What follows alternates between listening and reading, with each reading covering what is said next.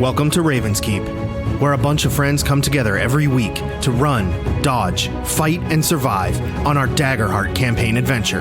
Come along with us on this week's episode as we journey into perilous situations, unforgettable moments, and companionship that will last a lifetime.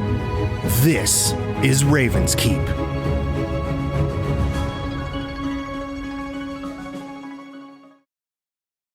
In the wake of the temple attack, you all awoke the next morning to a very different city. Instead of crowds and vendors, you saw empty streets and closed businesses. You went your separate ways, with Mozzie and Clorinda set to repair the carriage, and the rest of you to check in with Brexius at the temple.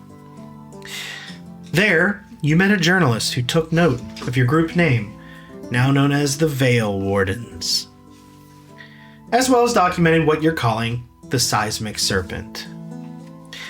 Brexius charged you with finding his missing son, Tyrion, at any cost, and informed you that Killian has not returned from checking in on the western span beacon that has not been lit. Deckard, as you spoke to the journalist, you noticed a familiar face accompanied by a green moss-adorned horse, as Clorinda, and who must be Mozzie, collected scrap wood from the house that Mozzie saved the family from during the attack. The journalist informed you that he is indeed the father of that family and wishes to find Mozzie to thank her personally. He did in a way. After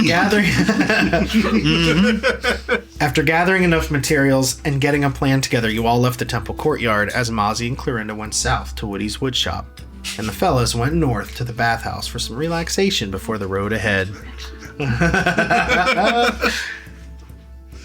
What ensued was a too-close-for-comfort bath out front between Bubba and the owner of the bathhouse, Laszlo, while Deckard and Roska entered into the bathhouse unnoticed. During that time, you did notice an unconscious customer being drugged through the bathhouse by some members of Laszlo's staff while outside. Bubba tries to convince Laszlo of a partnership, while his own legs became numb. Upon revealing that Laszlo is a poison dart frog, Bubba is hoisted out of the tub and dragged into the bathhouse to join the other unfortunate victims of Laszlo's slave labor scheme. After knocking out the staff and retrieving a numb Bubba, you all confronted Laszlo and threatened him into running the bathhouse to provide you with the majority of the income. Zipping south to the lower brim, Clorinda and Mozzie, you spent some time with Woody at the woodshop coordinating the repair of the carriage. He takes on the job in hopes that the elderly gnome would live long enough to complete the project. You all met along the main road and pressed on to the Evergreen Educational Establishment, where Brexius told Deckard that a professor works who specializes in the darker corners of Caetra's history. You met Professor Toma Relisk, who was all too excited to dive into the Dark Pantheon lore. You all learned a bit about each member of the Pantheon and deduced that one of them aligns with some of the things you've witnessed so far. Lilus, the trickster. You know from Sunny that the medallions found on the Fanatics were given to followers of Baal, specifically coming out of the Highland Rise, a mysterious corner of Cytheria to the northwestern tip of the country. The professor informed you that he's heard of folks from the Rise talk about a leader there by the name of Corvix, which calls you back to the letter that was written to the fanatic Rora, signed with the letter K. How the Highland Rise or Corvix factors into Lilus's plot, you're unsure. But whatever is happening or going to happen, it seems that the Highland Rise is ground zero. Leaving the Evergreen, you all have a sense of direction and dread at the foe in front of you, as well as finding out why Killian hasn't returned to the city, and also rescuing Tyrion. The professor warns you that western Cytheria is more mysterious and less populated as the rest of the country. Between the Rise, the Shelf, the Mossway, there's no telling what's ahead of you. But before we get into that, your ribbit companion is not with you at the moment. But there is a letter. Who wants to read the letter? I'll do it. Okay. Deckard, you pick up the letter and you unfold it. I wish I had typed this out for you to actually read, because now that I'm thinking about it, that would be hilarious. I was going to improv it.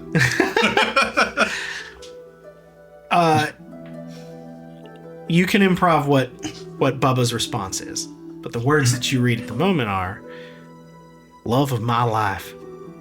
My time in the city has gone well. I'm selling many garlic-based products. And not just food, but skincare, mouthwash, candles, and even more as inspiration continues to take hold. Mrs. Luminessa Polar is taking the garlic world by storm. Unfortunately, the demand has sold me clean out. I must make my way back to Whisper Grove to get more. Might be a little while before I can sell again, but don't worry. We're just getting started, Bubbles. In fact, if you'd like to meet me on the road between Thrill and Windrock, I can get you your gold, and maybe you and I can spend a night together on a proper honeymoon. See you soon, Lumi. Underneath this, nervous handwriting is added in Bubba's own response to you guys. That says, Well, here's Bubba left us a letter about his whereabouts. Dearest friends, I have gone to see my dearly beloved and spend a couple of days with her, collect the gold, and go wherever our hearts may take us. I wish you all a very, very good adventure. I will meet you up on the road. Bless all of your hearts. Love, Bubba. Very well spoken. All I gotta say is if he comes back smelling like garlic, he better go straight to that bathhouse he bought. Am I the only one who's surprised that he knows how to write? Exactly. Actually, That's what I was saying. I was going to say that. I'm I very was thinking surprised. the same. There were some moderately large words in there. And he spelled it pretty well. No y'alls in there. It was... Don't worry, some of the letters are backwards. yes. Okay. Aye. That sounds makes more about right. sense. But, anyways, we're just up against, a demigod. And he goes off, it's fine. Yeah, totally. He's a young man. He's got his needs. Well, from what I understand, the honeymoon is a very important time for those who have just done nuptials. There I was don't plenty of know nuptials to about be any had. of that. I mean, I don't know. There's not that many marriages in Whisper Grove. Honestly, I was surprised one could happen at all. So then, marriage is unusual for your... I would say so. Oh, I must write that down. is there anything else you'd like to do in the city before setting off? How many days have passed since we saw Woody? Oh, that was just yesterday. It was just yesterday, and we needed 72 hours, right? Do we need the carriage to go to Highland Rise? Can we just, tell Burke, hey, it's here? I think Burke's Huzzah. tired of being our whipping boy. You could do that, or you could pick it up upon re-entry of the city. He's basically going to hold it until you come get it. Okay. That's easy.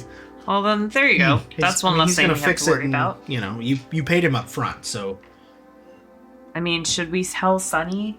I feel like we should find Sunny and tell him all the things we learned. Yes, well, he said he would meet us out towards the rise, right? Yeah. Well, Might be best to meet him there. guess we head that way. It's Aye. northwest from where we are. It's going to be a long journey.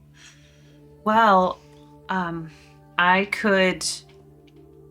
Well, we don't really have a cart. I was going to say I could be a horse for y'all, but I can only carry... Actually, I think I can carry 2 of you at a time, but that brings one person having to walk. I can walk. Mozzie, you don't need to carry us. Thank you, though. Okay, if you're sure. But if you all get tired, I kind of like being a horse. It's fun. I mean, you can be a horse. We won't stop you. Yes. But don't feel like you have to carry us. Right. Okay. But we need one thing. Two willing allies, apparently. So, yeah. Roska hits the lever and his cape slowly unfurls out after a few seconds of just, You know, once now we're ready. Once you get to the end, it looks really cool, but the Thank you. kind of makes it I mean, this was kind of, workshopped last minute, so Fair. probably need to improve on the mechanisms, fair. How far are we from Highland Rise? Quite far. Oh, Far, Okay. far. Oh. Just probably get going soon then. well, then at some point I will turn into a horse and carry somebody. Or two. Possibly my land legs haven't been developed yet, been all in the sea and whatnot, It could take us several weeks to get there. Should we Weeks. Oh, actually, should we check in with the guards and see if Killian ever came back? And have him fly More us than there. likely. Yeah. More than likely, but I highly doubt he's made it back. Okay. Well then, I guess let's go.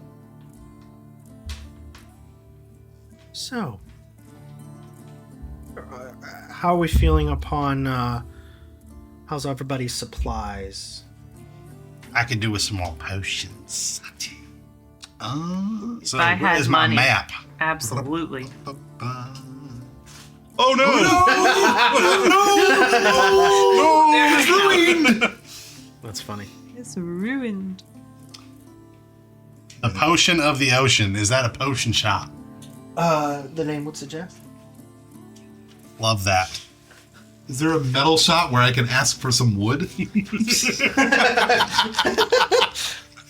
And then I could get Woody's wood shop in this place to get what on. Oh, I definitely don't recommend to go to Woody's. Oh, I've already been to Woody's. Not again. The mushrooms had an effect there still. They're wearing off. So yes, Deckard would like to go to Potion of the Ocean. And yeah, that's about You it. must have had a blast coming up with these names. Yeah. You should see my notes app. Okay. Oh, my good It's an earthquake. Let's just make sure that they're not killing each other. Okay, one moment.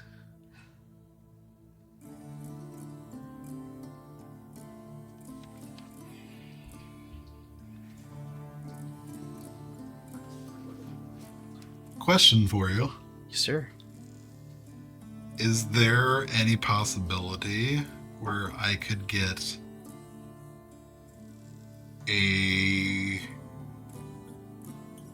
new weapons crafted? Oh, let me pull up the. Number 5. Yes, that was the one I was looking at. Yep. I was wondering. You can certainly head on to the blacksmith if you like. Okay. Yeah, absolutely. Okay. So heading to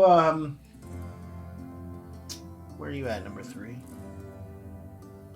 Okay, you're already in the south of the city. It's gonna rise again, brother. And 3 and 5 are already down there. So I will say, what about the two of you, Mozzie and Clorinda? Do you want to tag along with one of them, or do you have somewhere else you'd like to go? Clorinda's gonna tag along with Deckard. Okay. It's a good question. What am I going to do?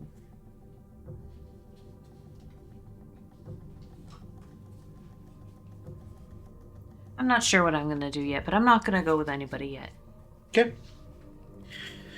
So heading just a little bit southeast of the city, you pass a couple shops, couple houses. It's eerily quiet, completely different cityscape than the last couple days, and weeks leading up to the temple opening, for that matter. You see a small, humble little business.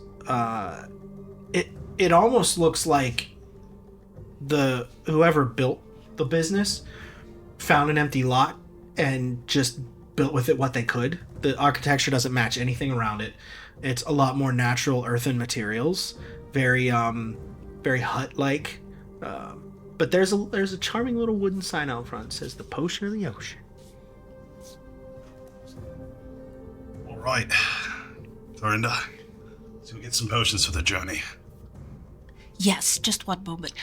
Above table, how long has it been since we went to... I don't remember what it was called.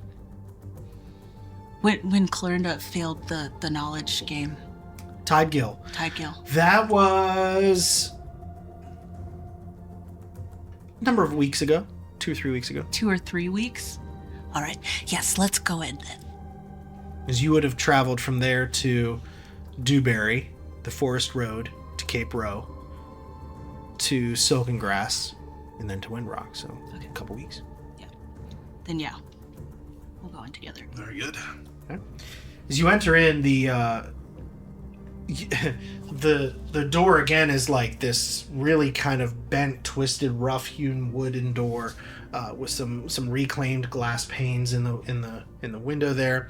The doorknob is like a giant acorn, and you turn it, and it's just this loud squeak, and you enter in, and even the floor is still just kind of like dirt. It's just like natural, ground around you.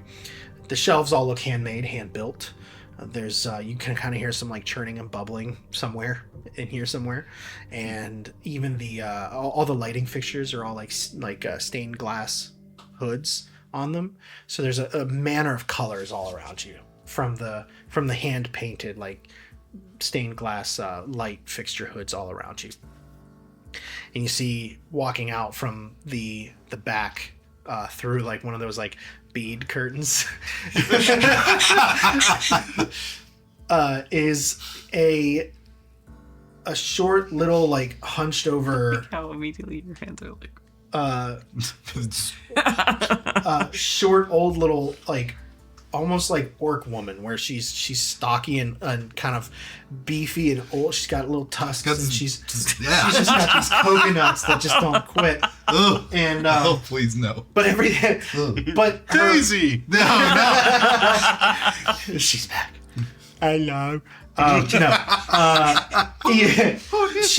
she's got like a very raggedy kind of like hood around her that almost looks like an old tablecloth, and everything's just kind of mishmashed and stitched together and pulled together, and she kind of just walks out.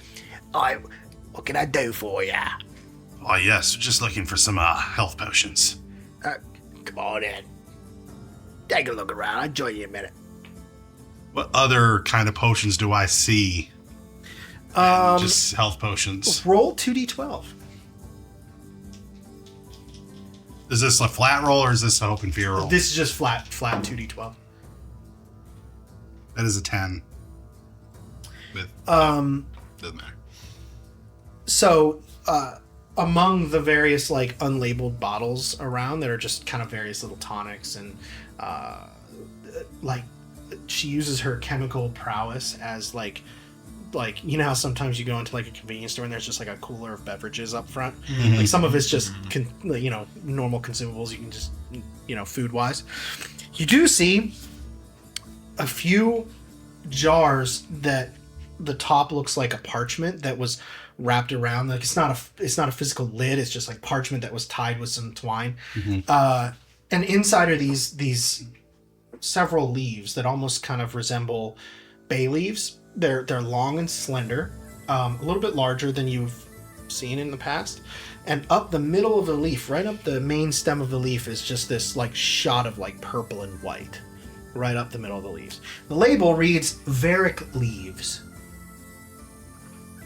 And if you consume the Varic leaves, you immediately gain 2 hope. Whoa! That sounds nice. So she's got at the moment you can only see one of those. Okay.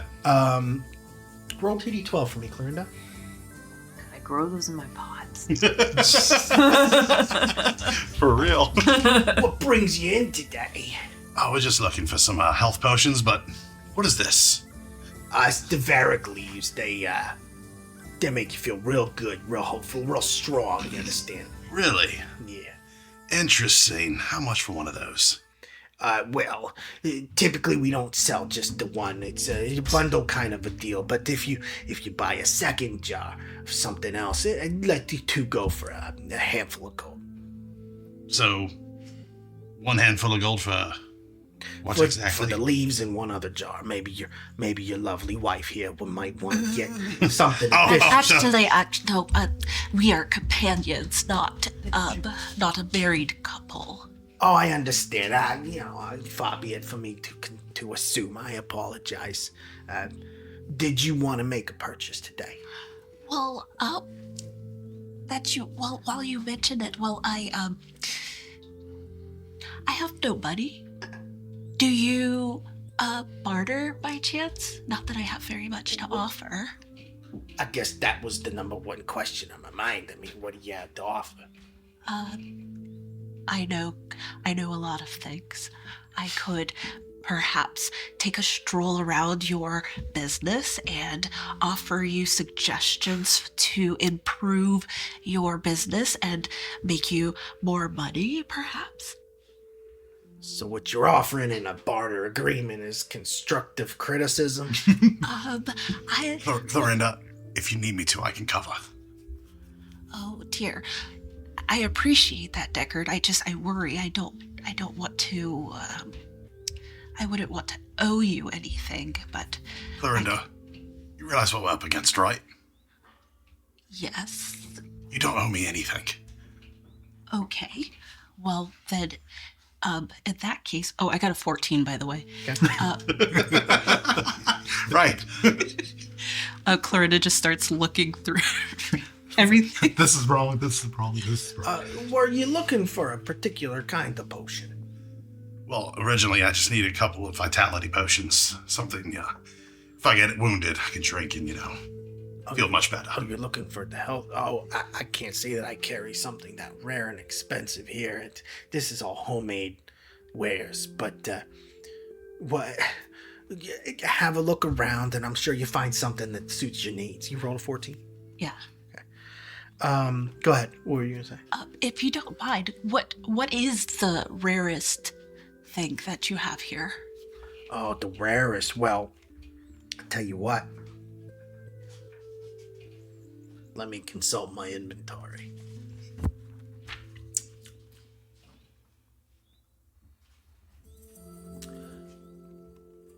Oh.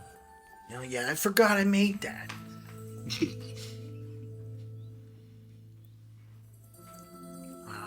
Yes, that's very interesting. Well, you see, I do have this, I conducted an experiment on some... I love experiments. Oh, so do I. You should see the back. Can I? Well, it's not very safe. You see, not everything's up to code. I'd hate to, cause an accident, you understand? I understand. But regardless, I found some common parchment. And, you see, with a little bit of hoodoo and a little bit of magic here, I was able to create what I'm calling a replication parchment. You see, what I discovered was that when you touch this piece of parchment to another, it will copy it exactly. But once it's made into this copy, it's no longer replication parchment. It's like a one-time only. You got some information you're trying to get across, or you're trying to dissuade somebody, maybe. Extra information's always a little bit, depending on the uses, can be pretty valuable. Oh, Information is power, they say. Oh, I love information. But if you're not interested in that, I do have some of the more common potions. I've got a couple in stock if you're looking for a stride potion, which gives you a +1 to your next agility roll. If you're looking for you seem to know a lot, miss. If you're looking for what I'm calling a sharp potion, you get a +1 to your next knowledge roll. I don't need it. Well, I'll definitely take the, Varric leaf? Yes, the Varric leaves. You want to take the jar? Yes, please. Wonderful. Secondary purchase or just the one? And I guess a stride potion. Wonderful. Get that for you. And she grabs this it's a smaller jar than the leaves, but it has this kind of like shiny, glistening yellow liquid in the vial. And did you want to make a purchase, miss? Were you looking for anything in particular? No, actually, I was just very curious as to what such an establishment as this would have. Well, the inventory changes daily. It depends on what explodes and what stays, Oh dear. stable. Stable enough for shelves, they say. It's shelf stable. You're just not sure sometimes. I see.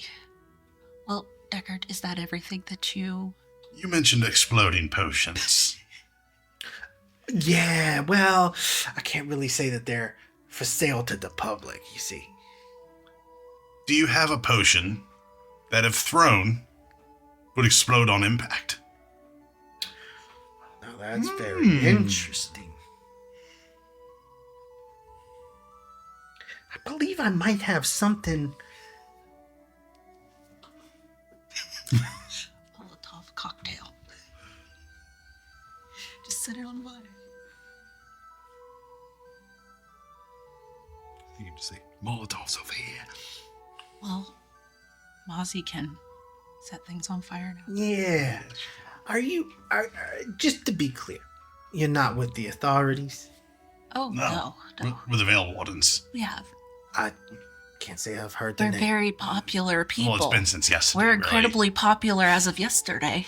We were at the temple. Congratulations on your newfound fame. We took care of the temple opening. We beheaded a beast.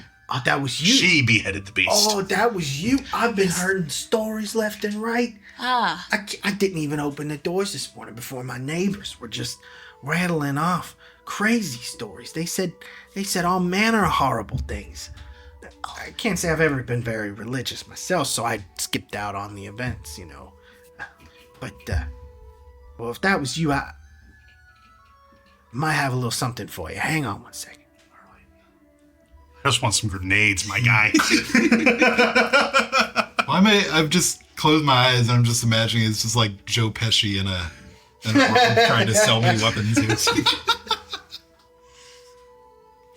Deckard, while she's not looking, do you think this might be a good time or an opportunity to perhaps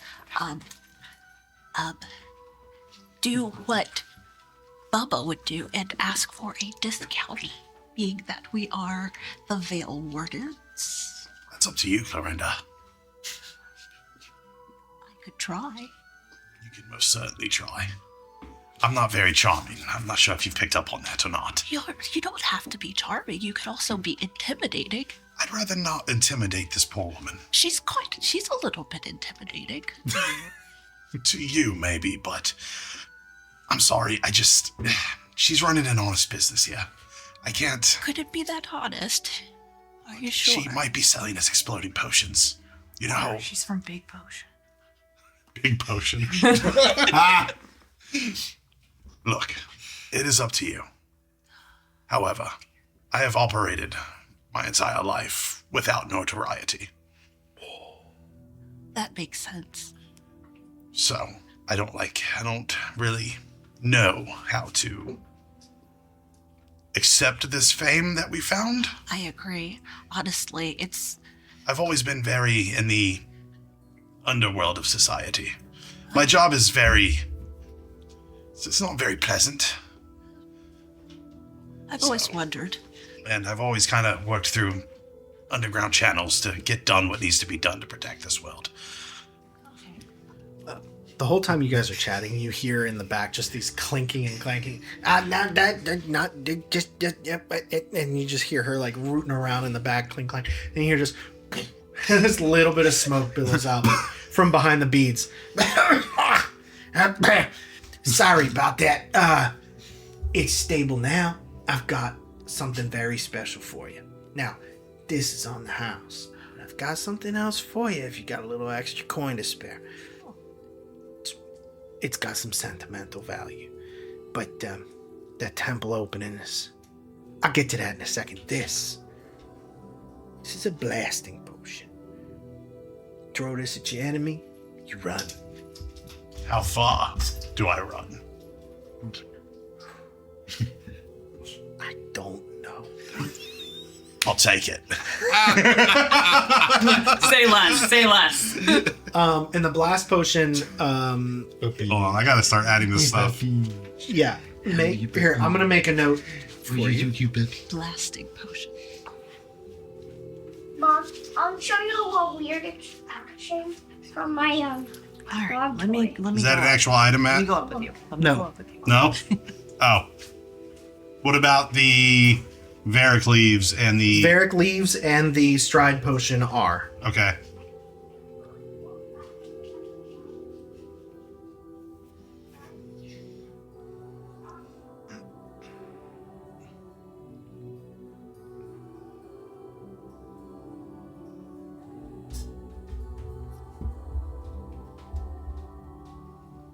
Stride potion. And how is Varic spelled? Where'd you go? Varik. Varic leaves. Nice.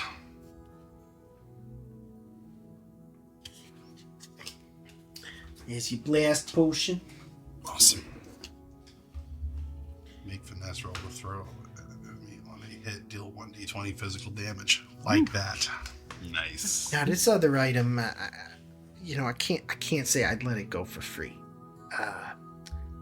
You see it, but that temple opening. You see, my husband would really wanted to go. He loved that temple. He knew the priest there, and he was really looking forward to the opening. But well, unfortunately, he passed some weeks back there, and well, this is something that he was developing.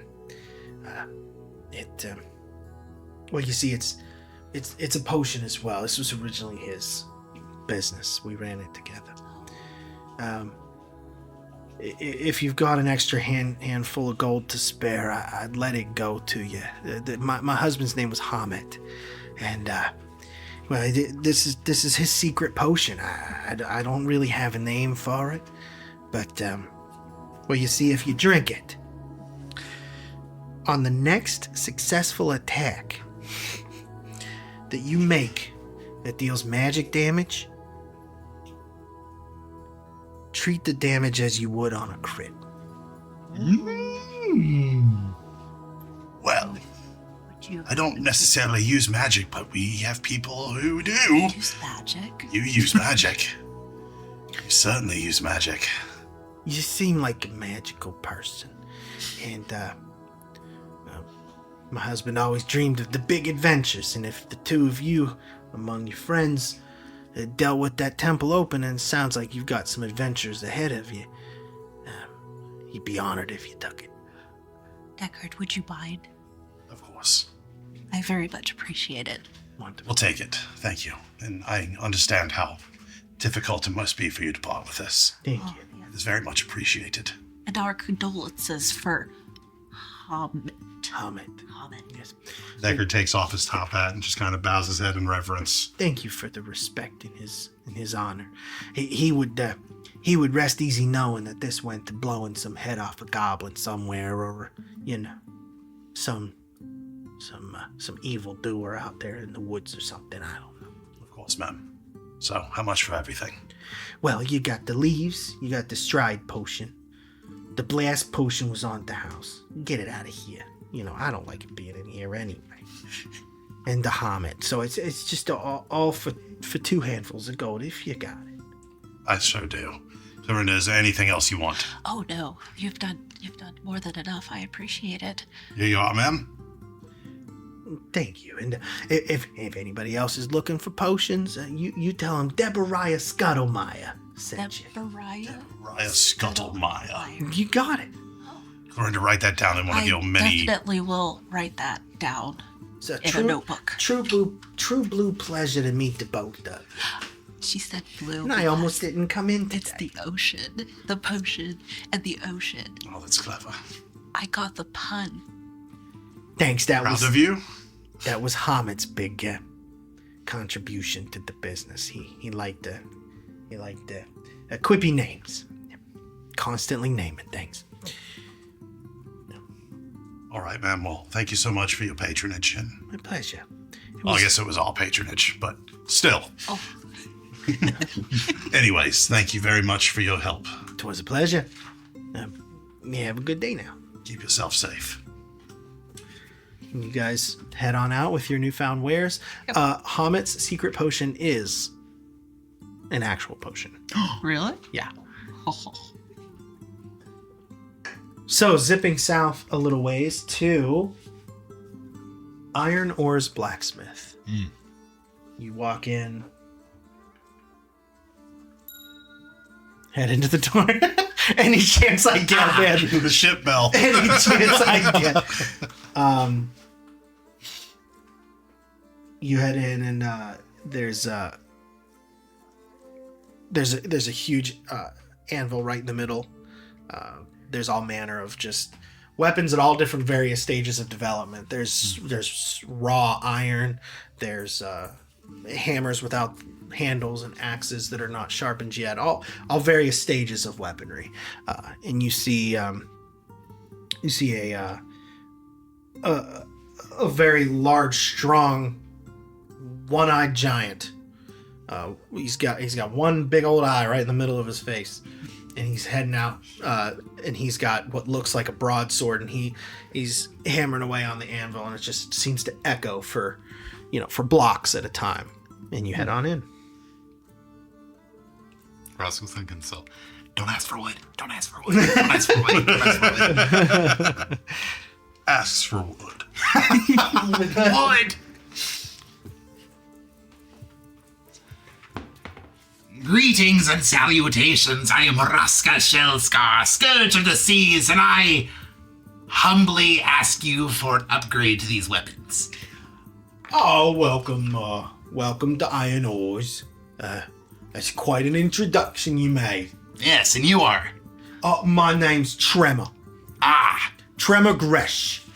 Pleasure to meet you, sir. And he well- takes off his hat. Welcome to the blacksmith.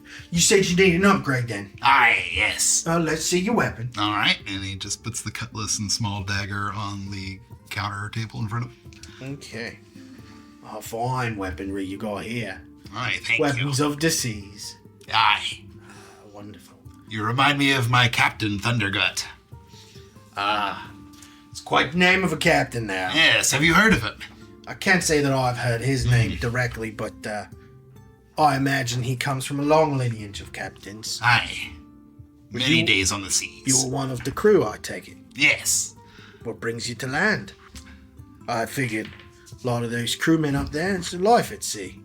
Well, I am told to go out my own and get my land legs, if you will, and encountered a ribbit. And long story short, here I am. And we're now fighting a otherworldly force that's come in to wreak harm and danger and what have you.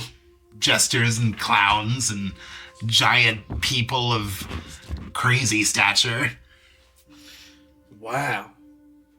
From ribbits to the capital city and magic beings, then. Aye.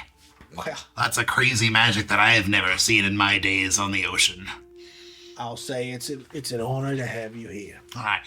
Let's Likewise. get to the cutlery then. You were looking for. Did you want a new weapon or did you want to upgrade to these? Do you have anything of the Vorpal variety? Can't say I've heard of it. Is that Any light weapons? I jest.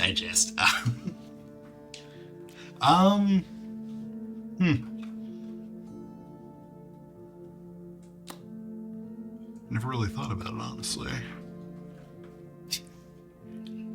Well, I mean, I'll tell you what. okay. As soon as I finish up with this weapon here, Do you have any wood? What?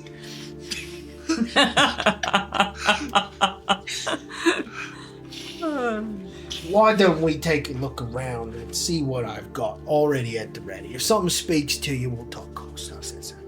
That sounds mighty fine, thank you. Y'all are at tier 2 now. Oh, yeah. Now, Tier 2. what, you say you've got a cutlass and a rapier, is that correct? A cutlass and a small dagger. Cutlass and a small dagger. Stuff that's proper for a rogue such as myself. Very quick and nimble. I understand. One with the shadows. Aye. Wonderful. Well, I have been working on this piece here, and he reaches up among all this, like, again, various stages. It's very hodgepodge, but he's got a system. And in the middle of it all, he pulls this little dagger down. You say, well, this might look like a standard dagger, but well, I've improved upon it. Here, see how it feels. Aye. And you test the weight. It is very, very sharp. And this dagger, the damage on it is a D8 plus 4. Ooh. How does that compare to the dagger you have now? Currently, it's just 2d8. So this would be 2d8 plus 4. Okay. So this would give you plus 4 to your damage if you use the dagger as your Dagger is as good as is as good as my saw cleaver. What? We're gonna have to do something about that. Seems like you're gonna have to be told about this place. You need a Vorpal cleaver. I also do have a very similar process done on a cutlass if you'd like to see it. Aye. And right next to it, he pulls down. It looks very similar to yours, but just polished in a way. It looks like he used a different type of stone material to hone the edges. Aye. And this would be your improved cutlass, also dealing a D8 plus 4 using your proficiency. So each weapon would give you a plus 4 to On top. to your damage. Master of your crafts, sir. Well, thank Very you fine. very much. Now I do have some more interesting items. Somebody of your history, your past might be interested in. Aye. Do you have any experience with a whip? Can't say that I have. Many seafarers might have. Anyway, I affix blades to this one, and he whoosh, and it hooks onto a post, and it wraps around and catches. And he's like, "You really tear into some flesh with this one." Aye. And he gives it a yank, and just shards of wood spray around. And that is a bladed whip. It uses agility, but it's not melee range. It actually is very close range. And it does a D8 plus 3 using your proficiency. And it has a feature called Quick. When you make an attack, you can mark a stress to target another creature within range. That's sick. So he's got that. Ooh. Now your improved cutlass and your improved dagger do not have any like special features, but they do give you that plus 4 buff to your damage.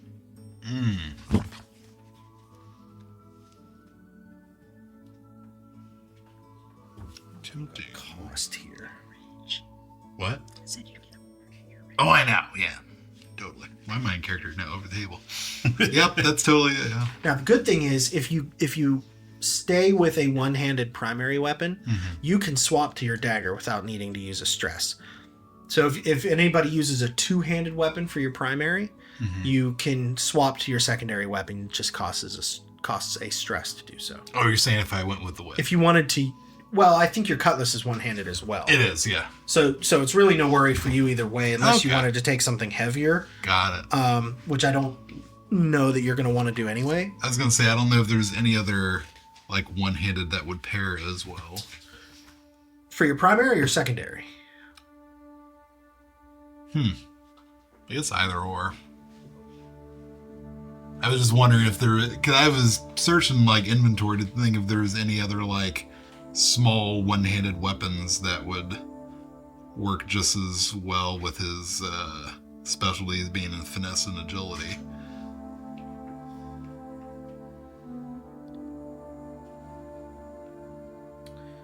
You don't have anything ranged, do you?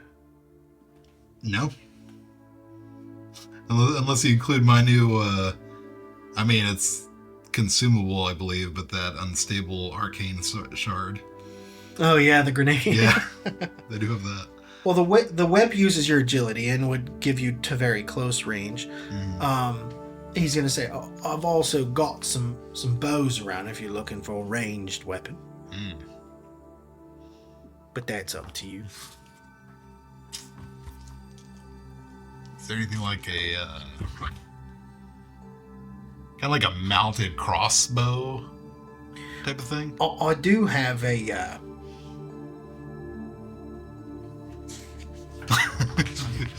I do have. Check my inventory. He's like, That's a great question.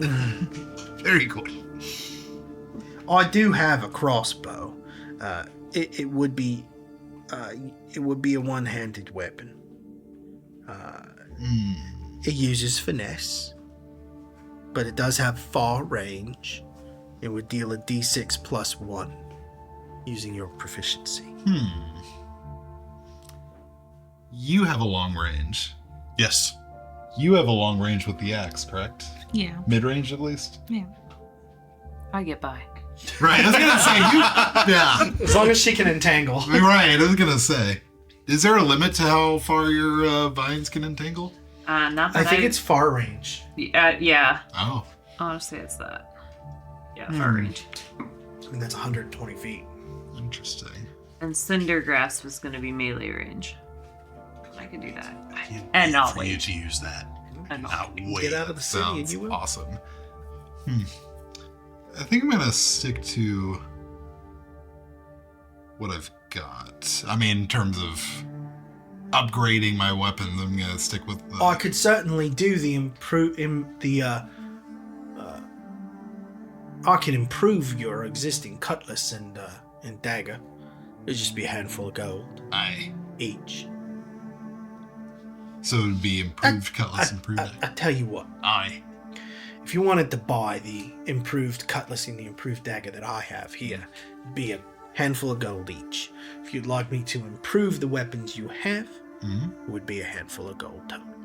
Since you're providing the materials, Is there a difference? it mechanically would end up being the same. Okay. You would have your improved cutlass and your improved dagger. You just spend less money. That's fair. I think I'll go with improving the weapons I've got currently. Not a problem. Would you like to take this opportunity to have your initials engraved into the blade, or anything that you would like to have said while I've got the everything fired up? Aye. Any Yes. sort of signature you'd like your enemies, the last thing they see? Any messages you'd like to send to the underworld? Your mother. No, The most petty insult. no! Mama, no! My mom! Oh, I was gonna say, can he fit all the on there? Can you do that? and how do Can you spell that? that? A-P-A-P-A. K-A-P-P-A-P-P-A. Now,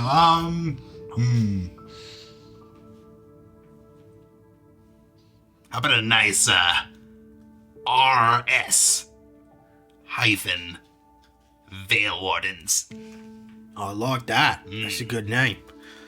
All right. Well, give me a little bit of time. I'll whip those right up for you. I appreciate it. Thank you. So he's gonna work on your weapons as you guys are talking to the potions. What are you doing this whole time? So, y'all may hate me after this. Never. So Mozzie sits out front of the inn for a minute. The initiative. Yeah, and she kind of looks around, and she's like, and she just starts walking, and suddenly she's realizing that the people seem a little bit more sketchy in the part that she's in, and she's Did wandered she wander into the Trade? shadow trade black market. yes! You can almost see like the dissolve of the architecture around you go from nice and populated and people are walking to all of a sudden it's just little Mozzie by herself walking down this alleyway, and now everything is just You just hear like rickety pulled together. you hear my terracotta pots just like click clocking on the Tink, tink. cobblestone. You can see like little shutters closing at windows and stuff. I was hoping you could be there. I'm like hurry up all and dirty. green, and Yeah. like there's a bright light Yeah. surrounding me, and everything You're the else only around me thing is of dark. color. So I start walking by, and I'm looking for. I start to realize where I'm at, and I go, oh, perfect. and I'm trying to find the sketchiest looking person I can. Okay.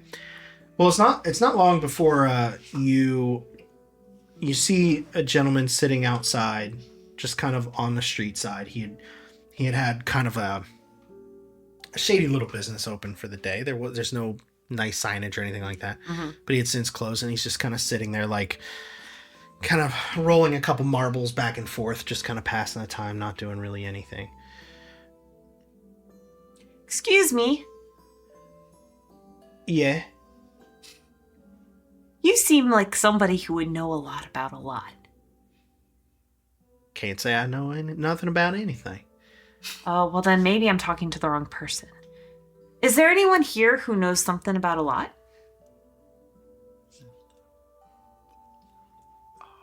Oh, yeah. We might get hit. Yeah. What kind of information you looking for? Well, I don't know if you're aware, but the Colossian Temple got hit recently.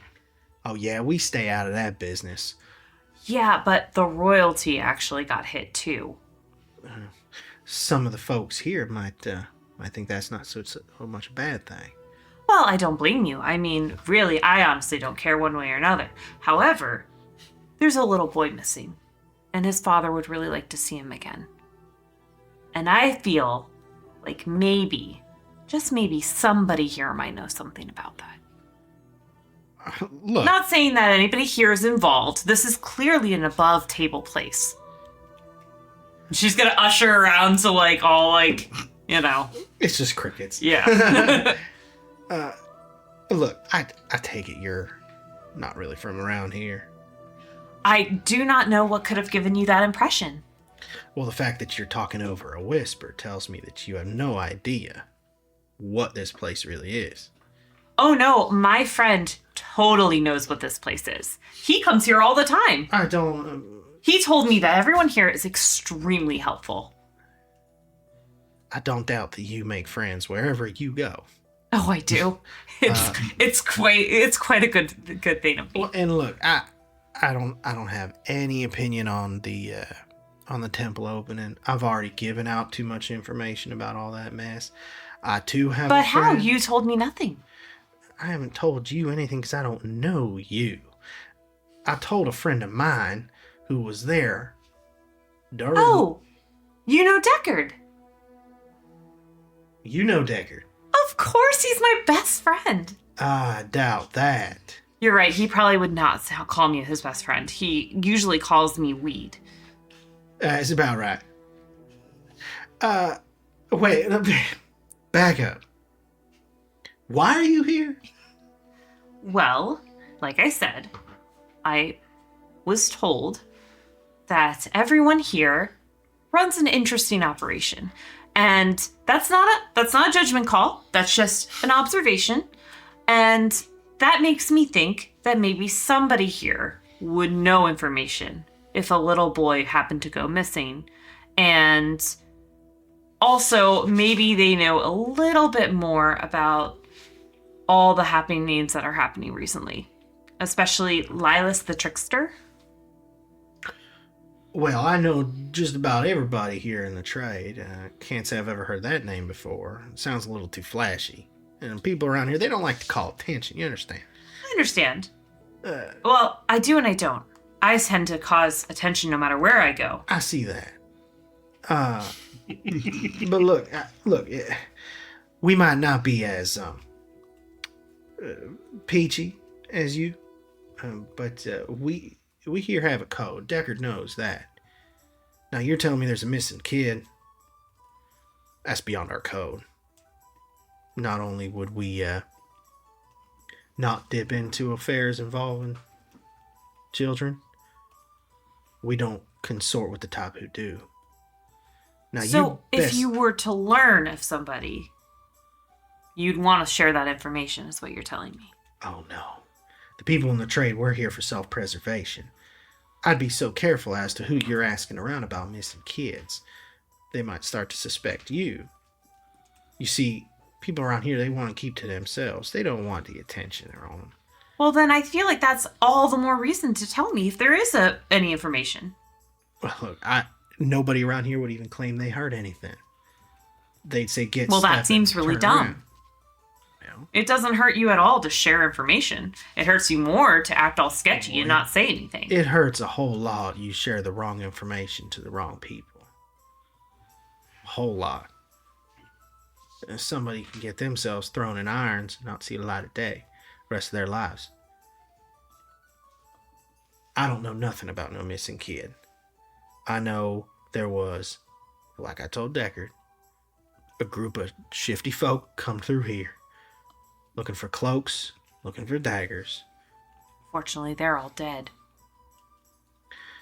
I imagine they would be pretty soon after I informed Deckard of their whereabouts and they were in the city. Well, this might not be a total loss. What can you tell me about Deckard? You're looking for dirt on Deckard. Not dirt. Like you said, you're not going to blab on your friends. You guys are above all that. I'm just, Oh no! Don't get me wrong. There's information I'd love to share about Deckard. I don't know if you know this, but he is violently ticklish. Is he? Violent. That makes so much sense. Kicks like a mule, that one. Also explains why he doesn't like anybody to touch him. Violently. Huh. What's your name again? Jeeves. Nah, Jeeves. You ask Jeeves. You don't hear that around here whole lot anymore.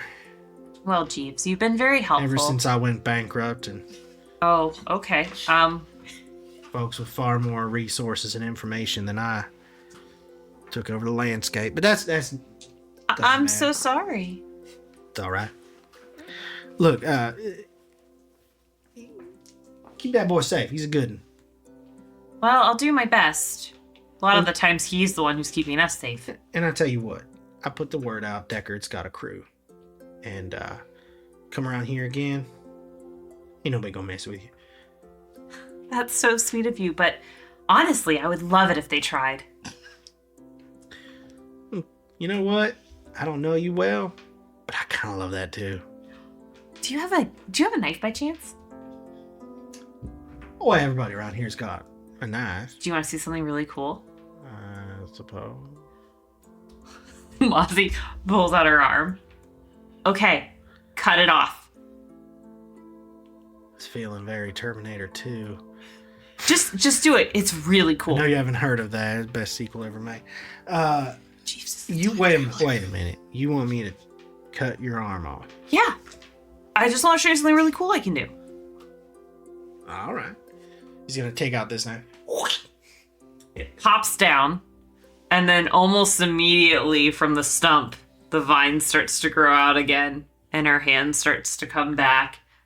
And it's just a different shade of green than the rest of her body. That is a cool trick. Right? I'm telling you, people can't really hurt me. Well, it's a good thing Deckard has you then. He's usually the kind of run in, shoot first, but nothing of his can grow back far as I can tell. Well, I've shot that gun. It's really fun. Oh yeah, it's a good it's a good one. He's got resources none of us have. But anyway, he's a good friend to have. But I'm afraid I can't help you about no missing kids, but yeah, I hope everything gets back sorted as it was. We had a good thing, a quiet thing going around here. I can tell. This is a really nice part of town. Thank you. And then Mozzie bends down and hands him her dead arm. And at this point, it's like literally brown, like it's been there for like 3 days. It's like when SpongeBob was in Yeah. air. Yeah, it's just like that. Okay. You want me to have this? Sure, why not?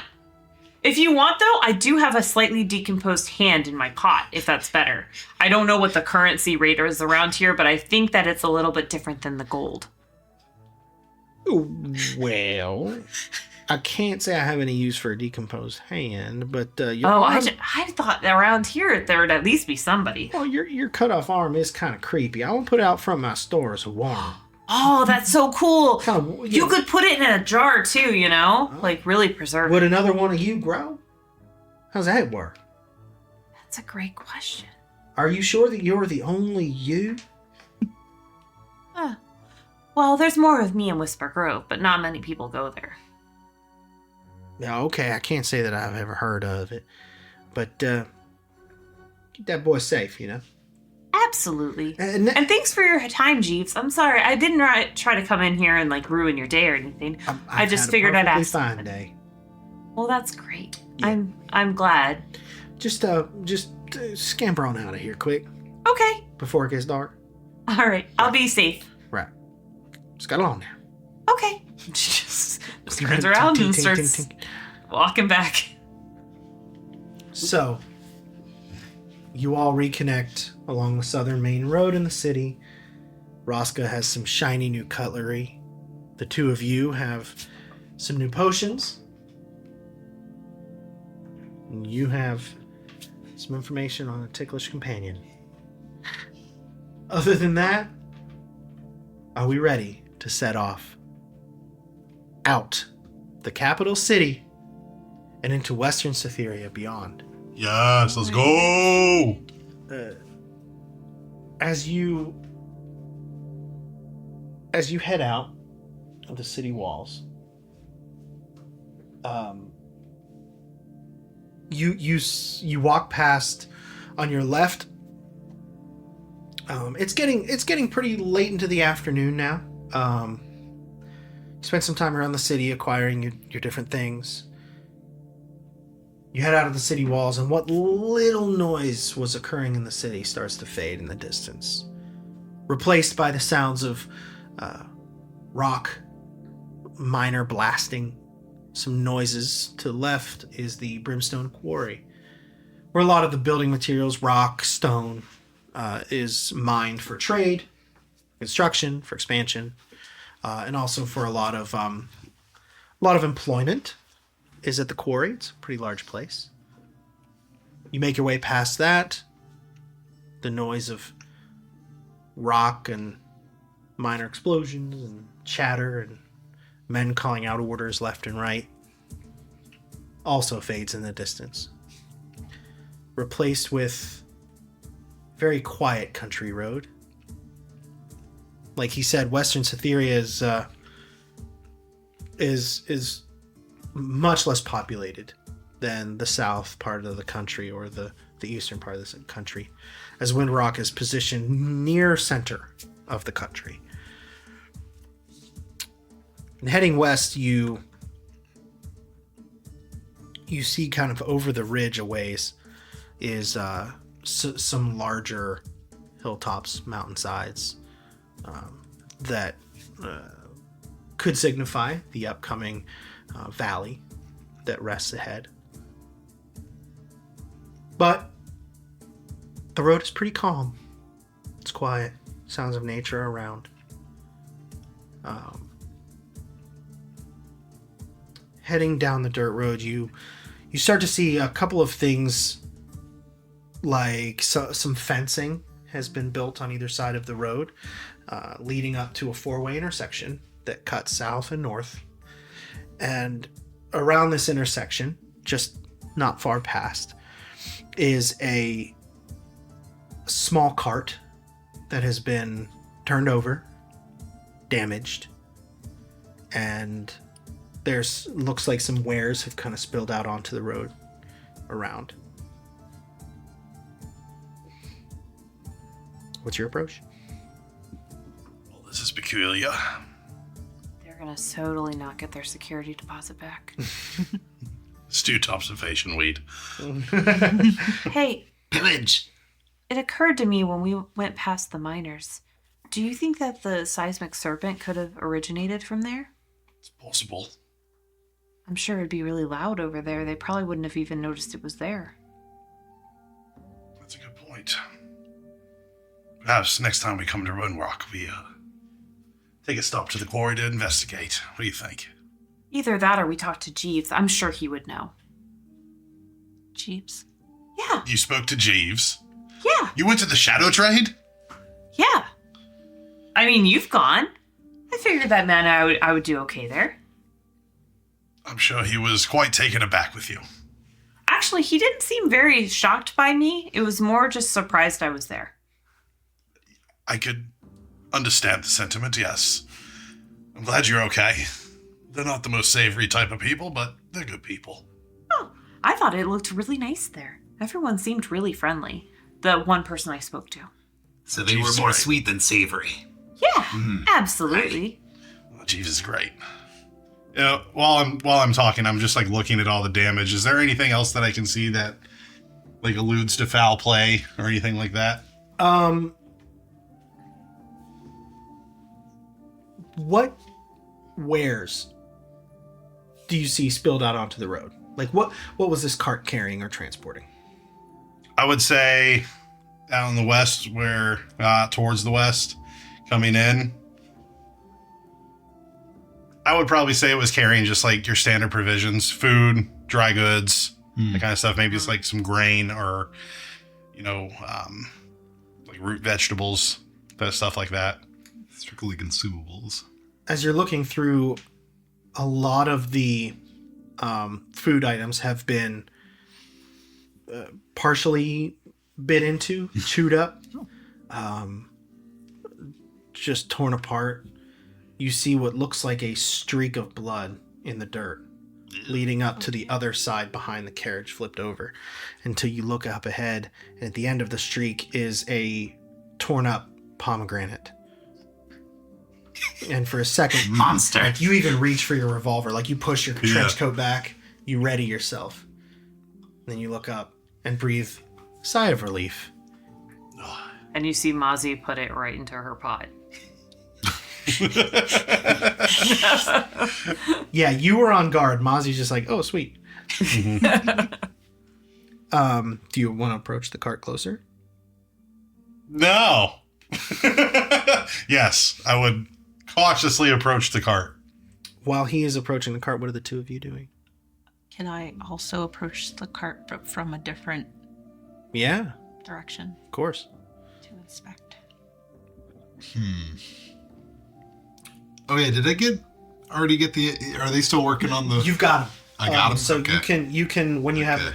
a moment, go into your manage equipment, All right. and then just use the search bar, improved cutlass and improved dagger, and make sure that you unequip your existing ones and equip those once you add them. Got it. Okay. And then later, whenever you want, you can just delete the Other ones. the standard ones. Yeah. Okay. Can I? Are there any like trees nearby? Open field. Oh, just open field. Open field. I'm going to also approach from a different side. Then. Yeah. So I'd say that I have Decker. no elusiveness. Yeah. You're pretty much out there. Yeah. So while Mozzie is stuffing the pomegranate into her pots, Mozzie, you see Deckard just slowly stepping past you toward the cart. Clorinda, do you want to come up on Deckard's left or right? Right? You're coming up on the right. Bad ending. And bad ending. You get to bad ending. We'll have Rosk on the opposite, and the three of you kind of approaching the cart. Deckard, the first thing that you see are some what look like almost a similar sheen as your revolver would give off, but it's not a gun. It almost looks like metallic rope wires that are just kind of like sticking just out of the edge of the carriage. And as you step a little bit closer, this metallic arm falls and hits the dirt. It's a metallic arm. Just from out of view from the other side of the carriage, just an arm just kind of flops over and hits the dirt next to the wires. You turn the side of the Clorinda, you turn the side of the carriage, and you see sitting on the dirt road is a clank. Very primitively built, very basic form of technology. Rusted kind of heirloom parts, a lot of it's Classic Clank. yeah, hand-me-downs, a little bit of rust here and there, some weathering, some denting. But you're the first to notice Clorinda, even before Deckard does. As he is sitting with his back against the carriage on the dirt, you see in his chest plate 3 long claw marks Oh dear. ripped through the metal of his chest plate. And his head is down, not moving. So he's dead? She like tap him on the shoulder. Poke him with a stick. Are you the first to reach him? You're the first to see that. Yeah, can I reach him? Then Hang on one second. it's me. Are you dead? And it takes a second. But he's get back, foul beast. And he's like kind of doing the blinking, and he's kind of trying to like recalibrate, and he's looking, he looks up. Oh, he's rebooting. Oh, you're not the beast. What year is it? What year is it? My calibration's all kinds of off. Oh, apparently mine too, because I don't know what year it is either. 20XX. It's the year of the dragon. Were you all damaged as well? No, he just happened to punch you. Oh, how many of there are you? Come around now. Let me see you all. 4. Just 4. Hello. Hello. I've been hurt. Oh, I can't feel my legs. And you look down, and below his body are like 2 little legs, and then just wires and oil. oh no. Have you seen the rest of my parts? Well, they seem to be scattered about. They're over there. Oh, quite And unfortunate. there. Quite so. There. Oh dear. What about the produce? Is it in the cart, or is it about like my wires? Sorry, you've lost a pomegranate. Well, and Oh, no. other products might have. Ozzy just scoops the dirt over the pomegranate when you say that. Would you happen to know what exactly happened to you? Oh, well, it happened very, very fast. I'm a courier, you see, from the big city, they said, and I'm just heading out to the town of Jade, out on the western side of the country, and no, I was just minding my own business. I was just following my orders, and then it got very dark. Yes, very, very dark. I can't remember what year. Couldn't have been that long ago. Well, anyway, regardless, it got very, very dark, and I started to hear some noises. Yes, you see some rustling and some branch breaking, and all manner of spooky things in the night. And it all happened very fast, but they were furry. Yes, they were very hairy. I thought it was a big kitty cat, but no, it was quite more dangerous than a house cat that I've seen in my past. Anywho, they destroyed my stuff. And evidently me. Oh dear. I tried to reason with them. Yes, you see, my programming dictates that I am to be the voice of reason in a state of conflict. I am programmed in all forms of interrogative techniques, disarming. You see, but you can't reason with a beast. No, you can't reason with a monster. Yes, they were big. Yes, they had teeth, and they Big had with teeth. yes, big ones, and they cut. What was the teeth placement? I'm going to draw a picture. Yes, not like the likes of you, from what I can tell. Let me see your chompers. No. Oh dear, you don't know. Okay, yes, no. What do you have? Do you have teeth? Are they just roots? Well, That's a great question. I don't know. Root teeth. They're seeds. that is a great question. They're seeds. They're seeds. Nice. Pumpkin seeds. So she just Popcorn like kernels. Yeah. Oh yeah, that's quite disturbing. Well, no, nothing like any of you.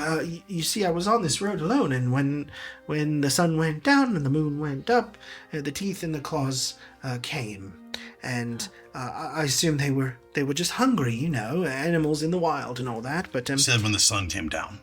You did say oh that. yes, it was dark, quite dark. Yes, very dark. My How tall were these beasts? well, let's see. Unfortunately, I can't demonstrate because lack of legs. But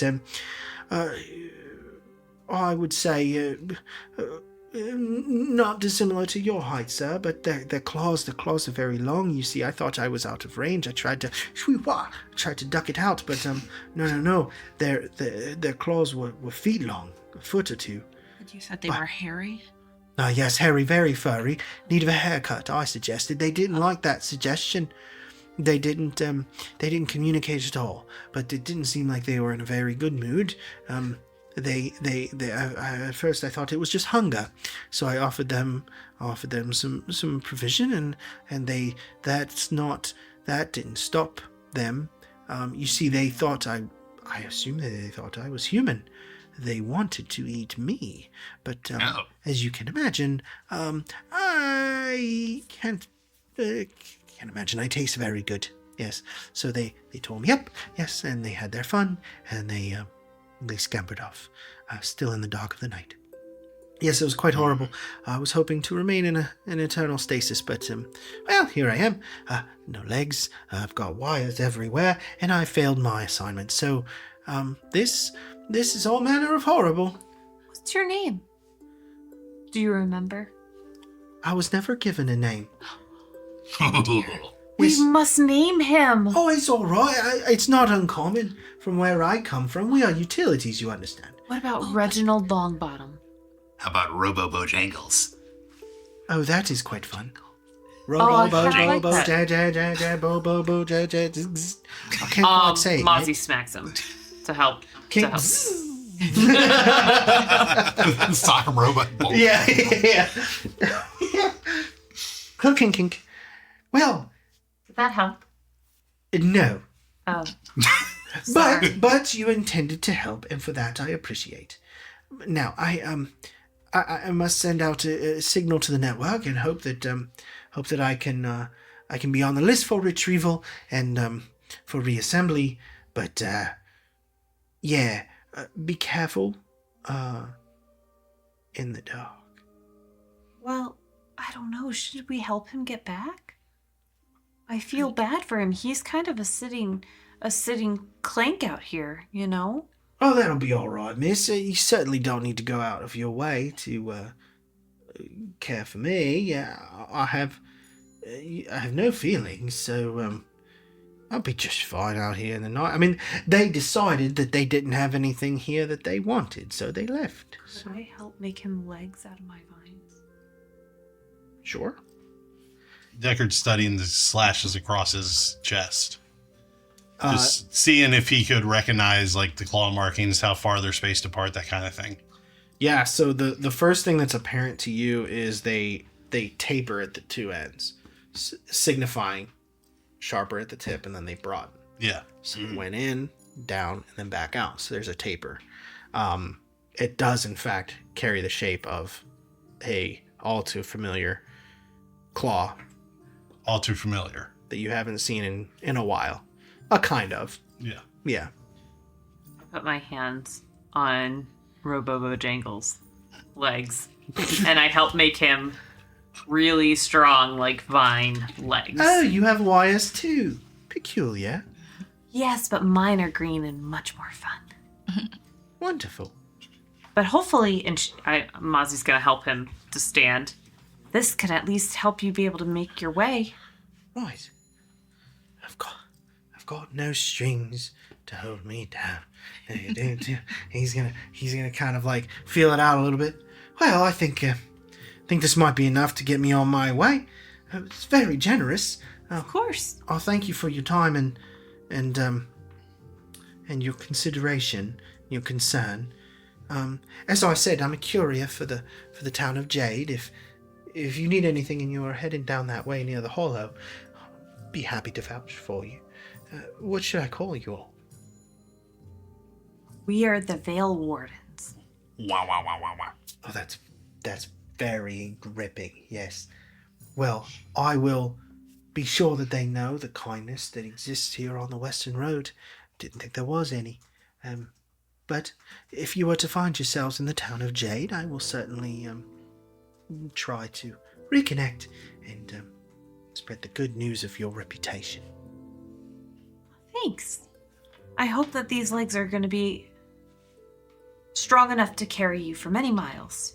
Well, the better than no legs, so I'm already on a strong start. Leg up. Oh, dear. That was very good, Rosca. That is think very he- good. I will certainly tell the town of Jade about it. Yes.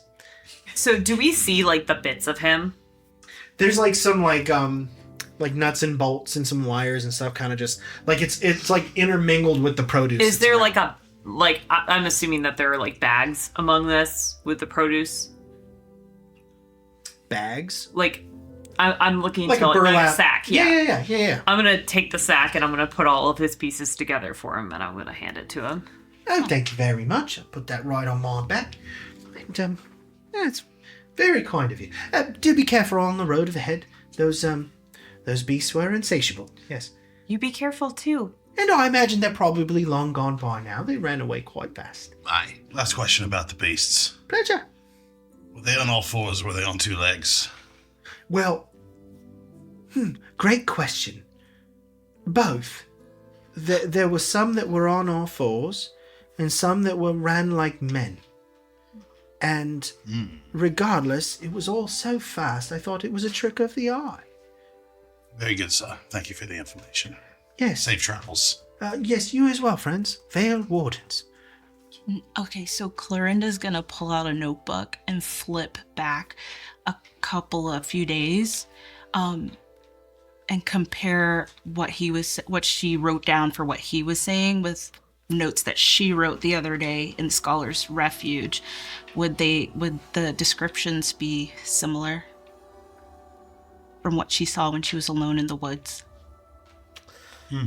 What you recalled and what you had jotted down was, again, you even used similar phrasing. It could have been a trick of the eyes. Right. It almost looked like the beast you saw feasting on the goblin in the woods. It looked like he exited the tree line on two legs and then dropped to all fours promptly to feed. Right. It's very similar. Very similar. Yep. Deckard, I can't be certain, but the way that this clank described this beast, I may have seen something similar when I was hurrying ahead to the Scholar's Refuge. You wouldn't happen to know anything about these beasts? You seem... Well, if I have a feeling, if I have a suspicion, these claw marks are very familiar to me.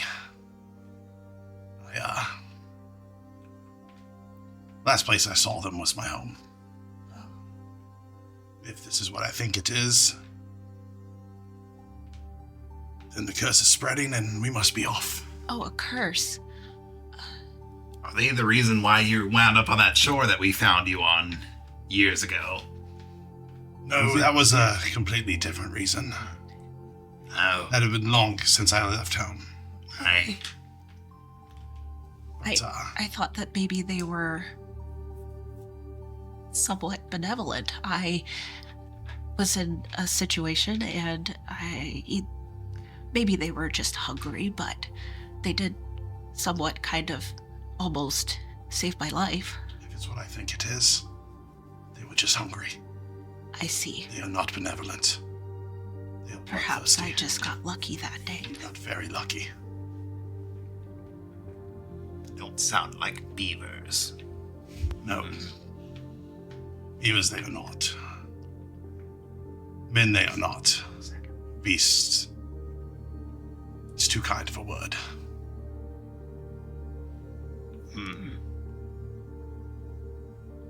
As you head on the western road past the four-way intersection, leaving the cart behind, you walk a ways contemplating what your new friend Robo Bojangles said. I'm glad that stuck. That was much better. I'm so happy. He turned left at the four-way, heading southwest to the town of Jade to report on what happened to him. You pressed on the western road, and as the sun begins to drop, and another day's journey before you reach the valley, you need to find some shelter. As none of you have ventured out west before, you're unsure of what lies ahead. You do, however, see what looks like a tower just up ahead. Above table. Killian, which way did he fly out of the city? West. The western span beacon was the one that did not light. Right. So he lit the beacon, the central beacon, or not the central beacon, but the capital beacon, which is in the city. Right. And then he went up into the air to await to see the chain reaction of the other beacons being lit, signifying that the rest of the flight guard had seen his call for aid. Right. Okay. The connecting beacon, the western beacon, Did not light. did not light. Okay. Is this the beacon tower? You can't tell yet. Okay. And before you get closer, let's take a quick break. We hope you're enjoying the adventure so far, as Mozzie, Deckard, Bubba, Clorinda, and Rosca face perilous odds on their journey, each one coming from their own rich pasts, carrying their own driven goals. Mozzie, traveling from the fantastical magical Whisper Grove, marches on bravely into a wider, larger world. Deckard, ever on the hunt for the next monster he can slash or shoot on his quest to rid Katra of its evils.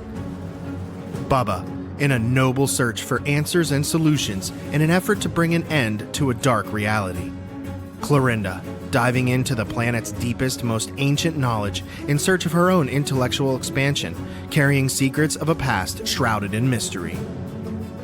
And Rosca, set to explore the lands beyond the seas in a quest to grow and prepare himself to once and for all be the captain of his own story.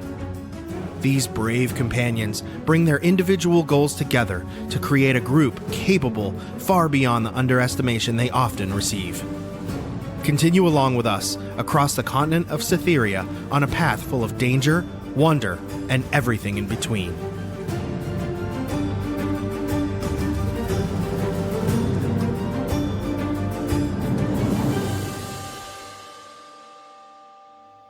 As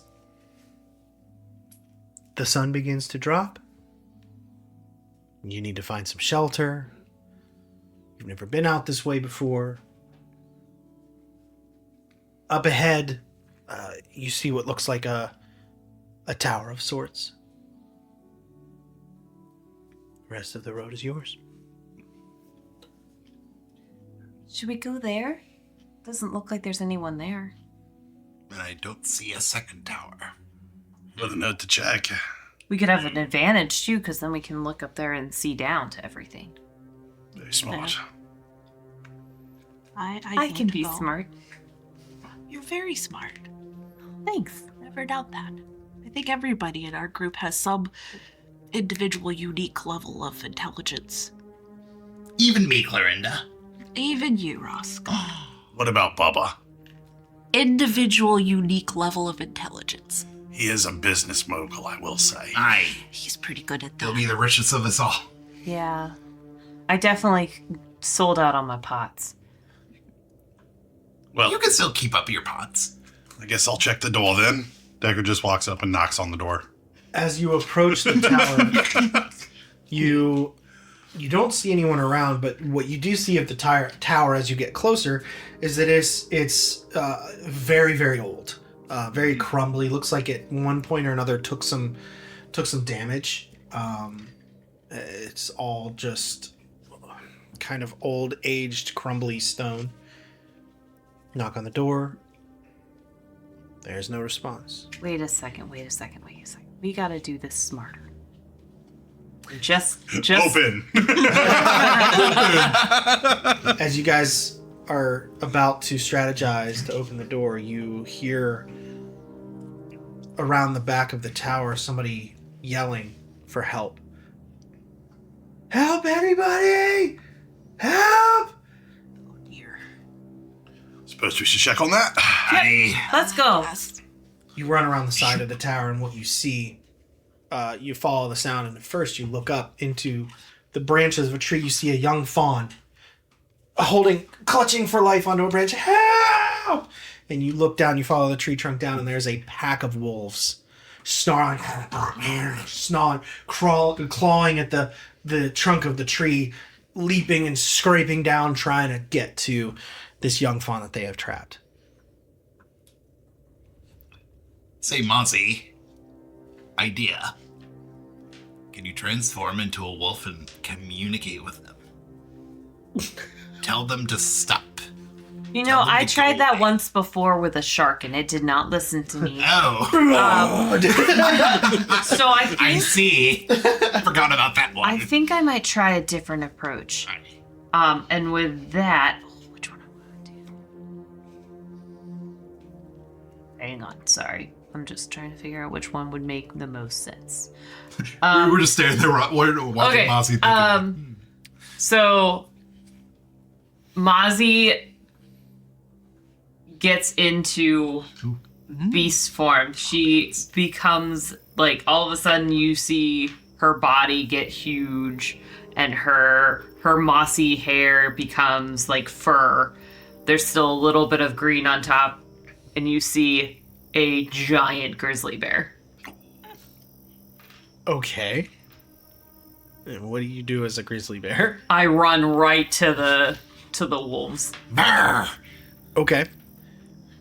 So as you charge the wolves, I'm gonna spend a fear. No, no. just so casually forgot do about that that. while They hear This didn't go well. they hear they stop and they all turn their heads and they all turn around to face you. And at first they start Yeah, snarling come at me, big boy. and roaring and barking and howling and they're making noise, but they're not running. All of a sudden they go quiet and they retort. You think, yeah, That's right. that's right. Oh, As one of the wolves at the back of the pact stands up, towers over the other ones, I stand up. and we see Freddy versus Jason. Whoever wins, we all And lose. like, she's a massive grizzly bear, so you know, like, she does that big like honking The thing, big and hulking then she standing. just roars like as loud as she possibly can at this thing and sizes it up. Okay. As you do that, this wolf that's standing up now has his arm on his shoulder and then brings his arm down. And the claws just grow. And he drops his arm down to his side. He takes one step. And as soon as he takes that step, I'm going to spend another fear. As soon as he takes that step, all the other wolves charge you. And one of them's going to leap and try to bite you. Come at me. Does a Wolf boy. 12 beat your evasion? No, it doesn't. Okay. So he goes to bite me, and I just turn, and when I turn, if it's acceptable, I would like to Yeah, make an like attack. slash it with my Make claws. an attack. All right. 20 with fear. 20 hits. Awesome. And roll for your Now- claws. So I guess the claw. Okay, yeah, 2d10. It's 4. I don't think I have a d10. Sorry. Do we have a d10? on Oh, here? yeah. I need 2. I got Sorry. one right here. oh, like, Here, just roll that twice. Okay. let's say I've got one over here too. Hi, Willoughby. Hey, puppy. Hey, puppy dog. Hey, honey. And that's 14 points of damage. Ooh, okay. So you see this wolf leap into the air and reveal his teeth, getting ready to take a big bite out of your hide. And you just take one step backwards, and as it passes in front of you, you just take a revolting swing and Up there, claw, slap him. and it hits the ground and kind of like skids into the grass and the dirt. And the other ones are charging. That was with fear. I'm going to spend a fear. Another one is going to try and make an attack on you. 14. Yes, just hits. Okay, he's going to do a hobbling strike. Did I mark a stress for this? Yes, I did. You mean fear? Yeah, sorry.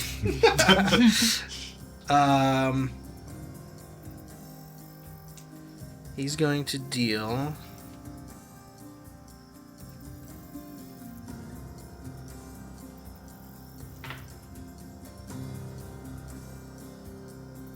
Oh, I messed up earlier. I'm sorry. It was I gave you 14 points, right? Yeah. It's actually 18. Okay, it's fine. I'm It's so severe. sorry. It's okay, it's severe. Oh! Sticking with my own homebrew rule, that is double his severe. He marks 4 hit points, and that first wolf is dead. Oh, sweet! One shot. Nice. You just and slash this wolf's body in Oh half, my goodness. and the two parts just stumble over each other in the grass and the dirt. I like to think that like she's on all fours and literally roars again as they come at her again. Yeah, and you just see the drool and that cold air breath and everything. So this one is going to do also 18 points of direct physical damage on you, meaning you cannot mark an armor to clear it, Okay. and you are vulnerable until you clear at least 1 hit point. Okay. So attacks against you have advantage. That's my go. Okay, that's 3 hit points. That's my go. Okay. Hands off. It's like Deckard is going to see the werewolf. The werewolf is going to see Deckard. Looking past the bear, making eye contact right with your purple eye. Yeah. Deckard recognizes the beast and charges right at it. Gonna whip out his saw cleaver and take a swing at it. It's going to charge at you. You are closing. You barrel right past Bear Mozzie. And the werewolf is running right and catches up with the rest of the wolves that are running. Yeah. Man, I wish I had hope right now. We could tag team this mother. And make an attack. That is a 15 with hope. Take that hope, and 15 just hits. Nice. So, proficiency. I can use 2d8 now. Yes, you may. Sweet. Yes. Oh, you sorry, I may. forgot to roll my strength with it, so it would be actually be 17 with hope. Thank you. 17 definitely hits. All right. That is 14 points of damage. 14 is its severe. I am going to spend 2 hope. So how many hit points does he mark for that? 3? 3. I'm going to spend 2 hope and trigger ferocity. Okay. And now my evasion is raised by 3 hit points. Or my evasion is raised by 3. By the number of damage you dealt? Yes, by the number of hit points they Number marked. of hit points they marked. That's awesome. And that lasts until the next attack made against me. Okay. All right. And that was with hope? Correct. Okay. You're a bit far from home, ain't ya? And you can see the 2-foot long claws just scrape into the dirt. That was with hope. It's y'all's go. Want to let my battle axe fly? Against there's 3 dire wolves and the werewolf. Dire wolves. Okay. One of them. There's the one that did the hobbling strike on. Yeah, that Mozzie. one. That one. Yeah, Okay. don't hurt my friend. All right. Make an attack. Okay. Feel my wrath. Then I roll like 2. You still need your D10. Oh, I thought you had double for a Yeah, second. that If you don't definitely mind, I does just want to borrow not. it for the. That does not hit. For sure. That was a think that's 5. What's your modifier? 5 just hit. No, I'm just Wait. kidding. Yeah. Wait, what is my modifier? Does he use strength Yeah. Wait. at the top? Yep. That's 15. Nope, 6. That's 6. What a strength modifier! Holy No. mackerel! 6. So 6 misses. Yeah, I'm sure You it does. see, again, following not far behind Deckard as he passed the bear, so too does the axe. It comes right back to you, having cleaved not a thing. Can I take the hope though? You take the hope, absolutely. Absolutely. And with that, I'm going to spend a fear. Don't do that. Wait, isn't that still her go? She missed. I missed. Oh, she missed. I thought it was if you roll with fear, you get to go. If you roll with fear or if you miss. Or if you miss. Gotcha. Sorry. Both sends it my way. Poop. I'm not going to spend a fear yet. Oh. The werewolf, having just... And you leave this just gash in its torso, just straight down, shoulder to hip, all the way across. And it's going to try to grab your arm, pull you in for a bite.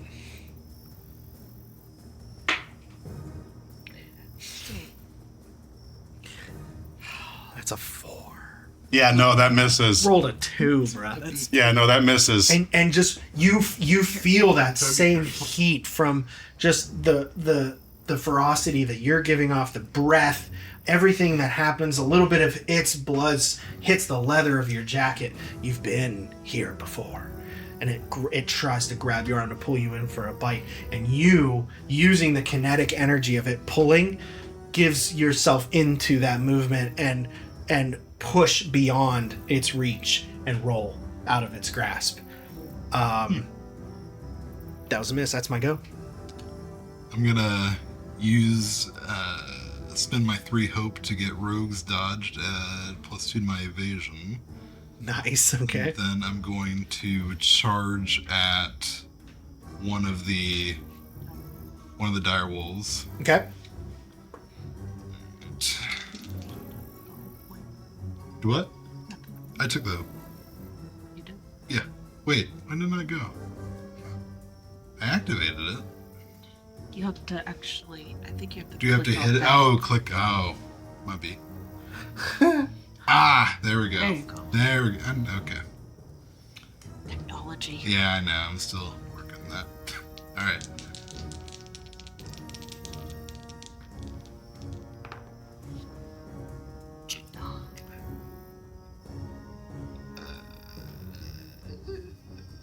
That's a 9. That was with your cutlass. Yes. 9 unfortunately misses. As you take a swing at this wolf, its eyes shine a yellowish orange in the night, reflecting off the moon above, and it just ducks in its like head down below its big broad shoulders on all fours and just ducks underneath your cutlass. It, Barnacles. with the other 2 dire wolves kind of in close proximity, it's going to try to spin around and claw. It's going to try and claw you, Roscoe. All right. Bless you. Does 13 hit? It does not. Ugh. Nice. Oh yeah, you spent your hope. Why am I going after That was even if it my regular. Wow, evasion. really? Yeah. Nice. It's a All right. 14. Yeah. All right. Well, was it 14? So it spins around and scratches, but all it catches is like this weird, hard, bony texture, and you don't even feel it because it just got all shell. It's like not even a scratch on your shell. A tickle. That's my go. What is closest to me right now? The one that bit you. Okay, I want to kill that one. So I want to die. I'm going to attack it again with my claws. Okay. Okay, that is a 12. Do I add my strength? It doesn't say on here. Oh, I forgot. To Oh no, it doesn't. It says 0 in strength. Okay, because I have. It's because of the. I forgot to tell you minus whether one. it was hope or fear. I think it was with fear. I think. Oh, you're so honest. Mine's 12 with I know. hope. I'll I just take finally it. got. I just some want to hope. be legit. Okay. Thank you. All right. You said it was 12. Yeah. 12 is its difficulty. It hits. Ah, It just hits. yes. Yeah, okay, great. Ouch. That's what I wanted. Oh, it's being eaten. Okay, so 14 points of damage. Whoa. It's severe. Mmm. It's going to retort, and it's going to try and bite you, and it has advantage against you. Because I'm These little vulnerable. ghosts work. She's She's just like laid out with her head like this. Yeah, she's just looking for Yeah. attention right now. Love it. Only I was rolling d12s. That Oh, would no. have been a crit. Oh no. Oh, so sorry. I feel so sad Wow. I rolled 2 7s. for you. That Does it didn't not- hit. 9 doesn't hit you? No, 9 does not hit me. Dang So it. I like to think that like I did like after I hit it so hard, it like went to come after me really hard, and I just went, huh, not today, Yeah, son. and like you knocked it silly, like it's not even like focused. It just swings You wide. hear kind of like a bear like Seth Rogen, what are you doing? That's your go. All right, Deckard is once again going to just attack this werewolf. Okay. Saw cleaver. Plus quick shot. Okay. So I'm gonna spend Nice. 2 hope. Do I add that? Do I say that after, or do I have to announce that on my attack roll that I'm doing that? Is that your experience? It is no. It's Oh, it's a second feature. Feature, yeah, on the weapon. Um, It says spend 2 hope to gain a +4 bonus to primary weapon damage. you would just announce it kind of now, and then it would just add to your Okay. damage if it hits. Could I use my Monster Hunter experience, seeing that I know all about these wolves? If you have the hope to spend 1 hope to add your experience to I went from 6 hope to 1, guys. to see if you But see it's if worth hits. it. Yay. See if it hits.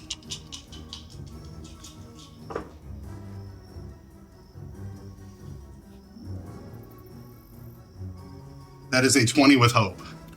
Take that hope, and that hits. So now you get to roll for damage, adding your quick shot. Yes.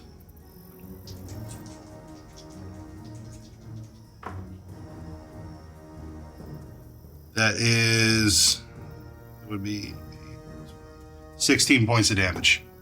You. Man. Okay. All right. Just really close. All right. That was with hope. That was with hope.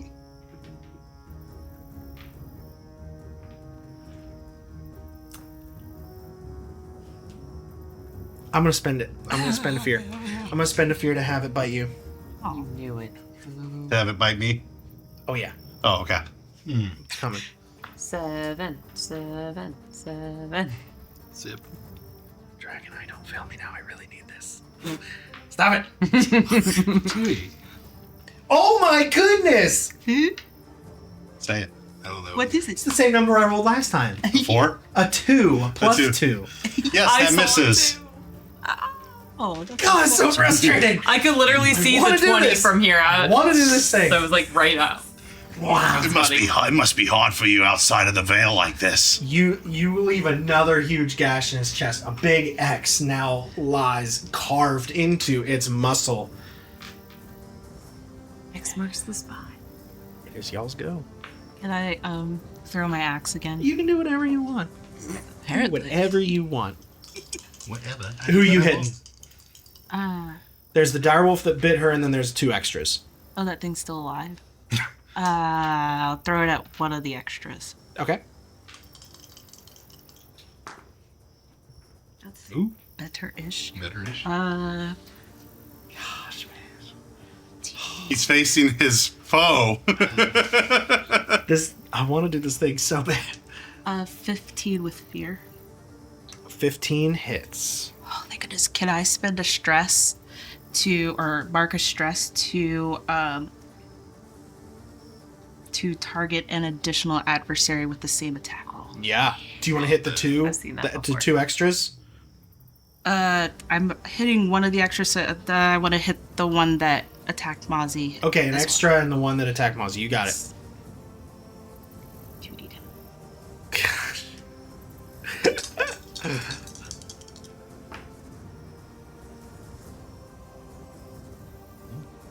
Twelve. Damage.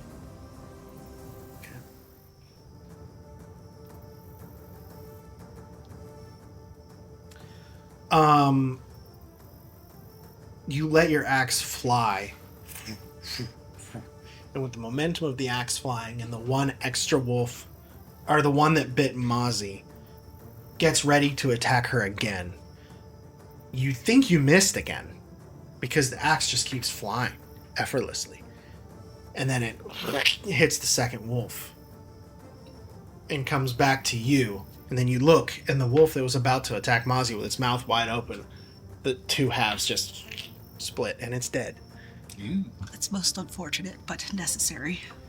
That was with my go. That was with fear. I'm coming for you, Deckard. This thing is bleeding. It's had a long night. It didn't have any dinner. His lover lost him. It really wants to drain you, Deckard. I don't feel good about this. at Sounds all. like a personal problem. Okay. Does a 19 beat your evasion? Yes.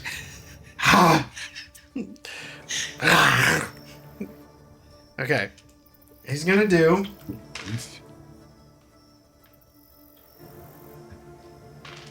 I want desperately for it to be like 1 point point.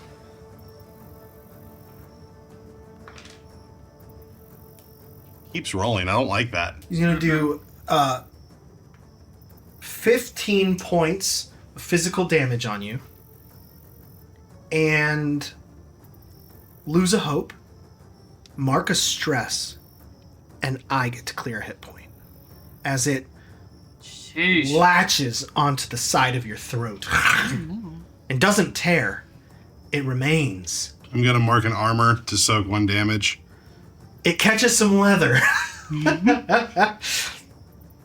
And you feel a little lightheaded, like your eyes start to go a little bit blurry as it is draining in its bite. That's my go. Are you happy now? When Bear Mozzie sees that, she roars again and she runs and she's gonna grab that wolf by the foot. The werewolf? Yeah, By the foot? by the foot. She's going right for the leg. Okay. Fruit by the foot. Oh, crit! 11 over 11. All right. Take a hope. Clear stress. Hang on.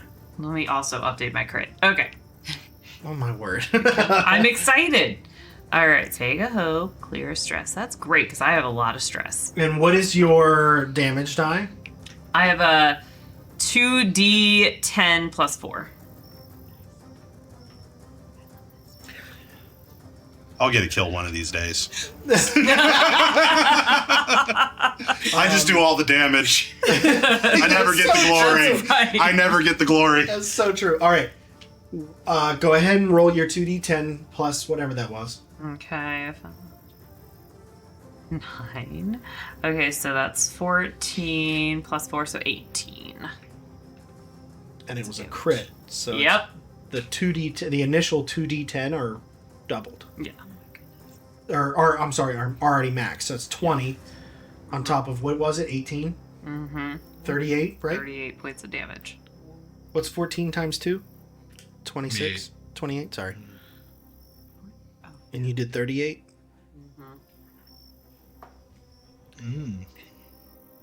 Mozzie, how do you want to do this?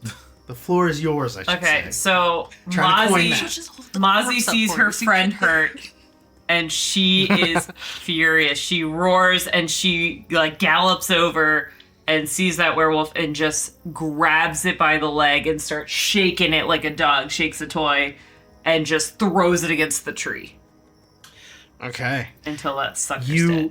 You feel the drain on your throat, Deckard, and you try to reach for a weapon, you try to get it off of you, but it's on tight. Until you do feel a tear.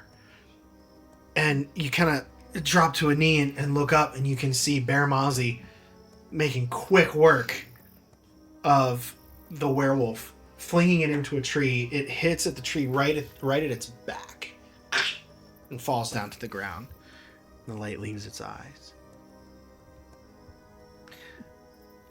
The other two wolves they turn and they look. They're visibly confused, unsure of what to do.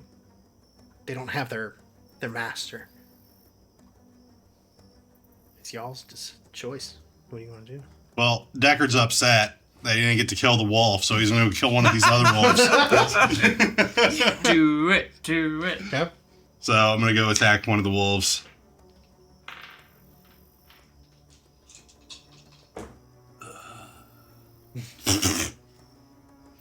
That's bad. That's a 5 with fear. Well, to be fair, you're like probably halfway bleeding out. You kind of stumble to your feet for a second and back down to your knee and just kind of make a swing at nothing. I'll get you. However, you do have blood exposed. And the wolves are really hungry. One of them's going to charge you. And he's going to try and finish the job. He's trying to bite you. This wolf does 5 points of damage on me. I'm dead. Not like 5 points of damage, sorry. 5 hit points. Yeah, 5 hit points. 13. That is my evasion. Oh, no. 13 hits. So,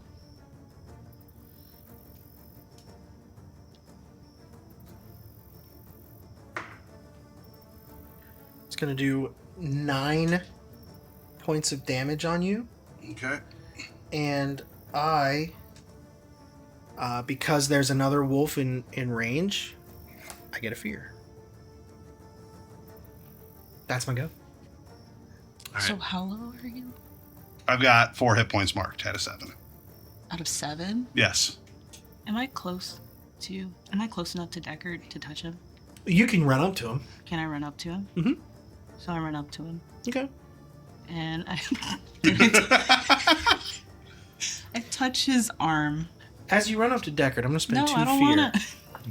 Don't do it. I'm going to have a wolf intercept as it sees you running up to its meal. Rude. It's going to try and attack you to keep you away Disgusting. from its dinner. I want to intercept. I mean, is there just no, like, morality between wolves anymore? Was there ever? There's a code. A wolf code. I feel like there should be a code here. Wolf code. Some kind of moral compass. Golly day! man. It's a nat 1. Oh, well. So it's just... you just manage to like, get It's out so of the way. hungry, it just doesn't even know Sergeant it's misses there. as she's running to him. Dives off a cliff. I'm gonna touch his arm and use sparing touch. So you narrowly dodge the claws of this wolf, slide across the grass and dirt, and just reach Deckard, and you grab onto him and do sparing touch. That's 2 hit points. Cool. Clear. Thank you. And you are feeling much better. Let's y'all's go. Do you want to go? Oh, I was gonna say, do you have any hope? Oh, I wish. I'm like one off. No, like literally, I'm like one off You're a from where bear, I you're could not hurting. tag team with you. I I would was love thinking to it. tag team with Lots of you. hope. Do you have hope? I have lots of hope. Oh, come on, you two. Do it. Do Could you? You're just the bear. Do it. Do it. She's like Mozzie standing up again. Instead of saying minutes, like bear. Where bears scratch their backs on the tree trunk. Yeah. Then I'll smack you with my axe. Could you? I thought Why about did that. that Not sound the blade, so not dirty? the blade side, just Okay. like a How about this? like a Are you playing tennis- croquet with Rosca? Well, I had 2 ideas. Okay. Hear it out. Okay. All right. So one idea, the first idea I had was you throw your axe into the air. Okay. I hold on to Roscoe holds on to the axe, and then he drops and does a spinning like that thing he did with the goblins at the beach. oh, Slice and nice. dice. Okay. Or you could just swap me in the air, like I was thinking. You just swap me Well, into what the do you air. want to do? We'll do it. Let's do the first one. We'll do the first one. Okay. How many hope do I spend? To tag team 3. So as you hurl your axe into the air, I'll say, Rosca, it wouldn't hold you indefinitely. It's not like a surfboard. Right, yeah. But That would be long enough for you to see it jump up, use it as leverage to launch yourself. Yeah. right. So you're gonna do that to come down on one of the wolves. I was gonna say if there were 2 of them close by, but they're not in proximity of each other, are they? I'll say they're in close range of each other, but not melee. Okay. Do you have an ability that lets you target 2 adversaries? I mean, I've got Rain of Blades, but You would be able to do Rain of Blades. would that also? It says strike out all targets. It is an So AoE. that'd be everything. I don't want we have had this Not- discussion 3 times We have, already. and I actually did look it up. It's AoE, yeah. Okay. Yeah. All right. I just want to. It's Now that I have the extremely clarification confusing that's wording. AoE, Yeah. I will not deal AoE unless I'm the only one and no one else. You're is basically there. hurling. How does it the feel, blades. Andy, to have all these AoE spells I know. that you can't use? Are you a druid? I feel your pain. I truly do. Run away so I can use this. I'll Yeah, just, just SWAT roll, Decker. well, then I'm just gonna use both blades on just one of the wolves. Okay. Within So both of you roll your primary weapon attack Okay. to see if it hits. All right. Just like you're going to do a normal attack. So it would just be, since the cutlass has +1 presence and the dagger has +2 finesse, we're just going with the +1 Just the presence. presence. Yep, that's All right.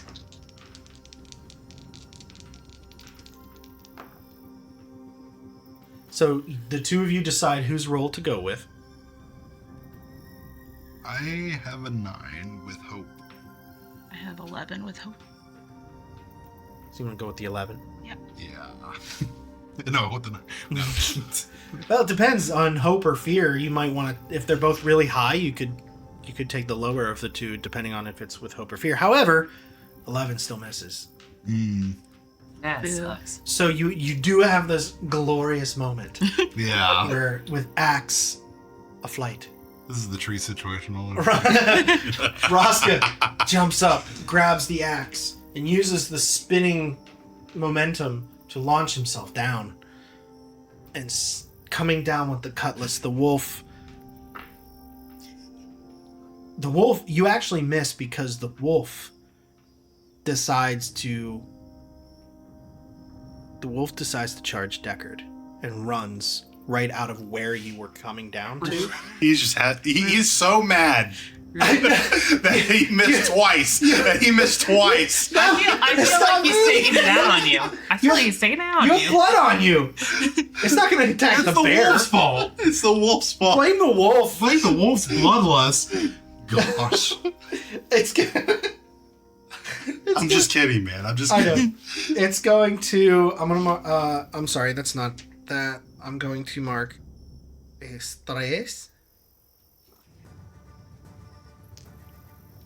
And it's going to try to strike.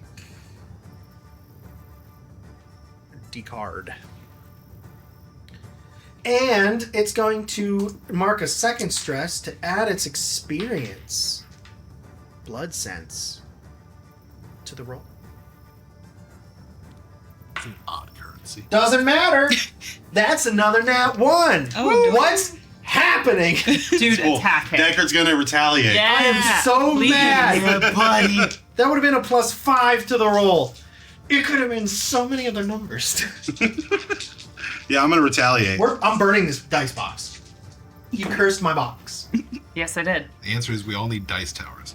Yes. That is 13 with fear. 13 hits. Haha. That is 12 points of damage. It's severe. Now, were you attacking the one? I'm attacking the one that just attacked me. That Yeah. douchey one. So that one, with Clorinda's sparing touch, you regain that strength, and you just use all the weight of that saw cleaver up, and you take the wolf's head clean off. Love it. Yay! There is one wolf left, and it's just not sure what to do. Oh. And it's Now we communicate with the wolf. Can we become friends? Yes. Let's befriend the wolf. it's Befriend the wolf. it's gonna look around and it's gonna run off into the night. Aw. Deckard's gonna shoot it. Whoa. for an attack! Roll for an attack! I love it so much! Roll for an attack! So much for making friends. He's gonna That is Your idea has been rejected.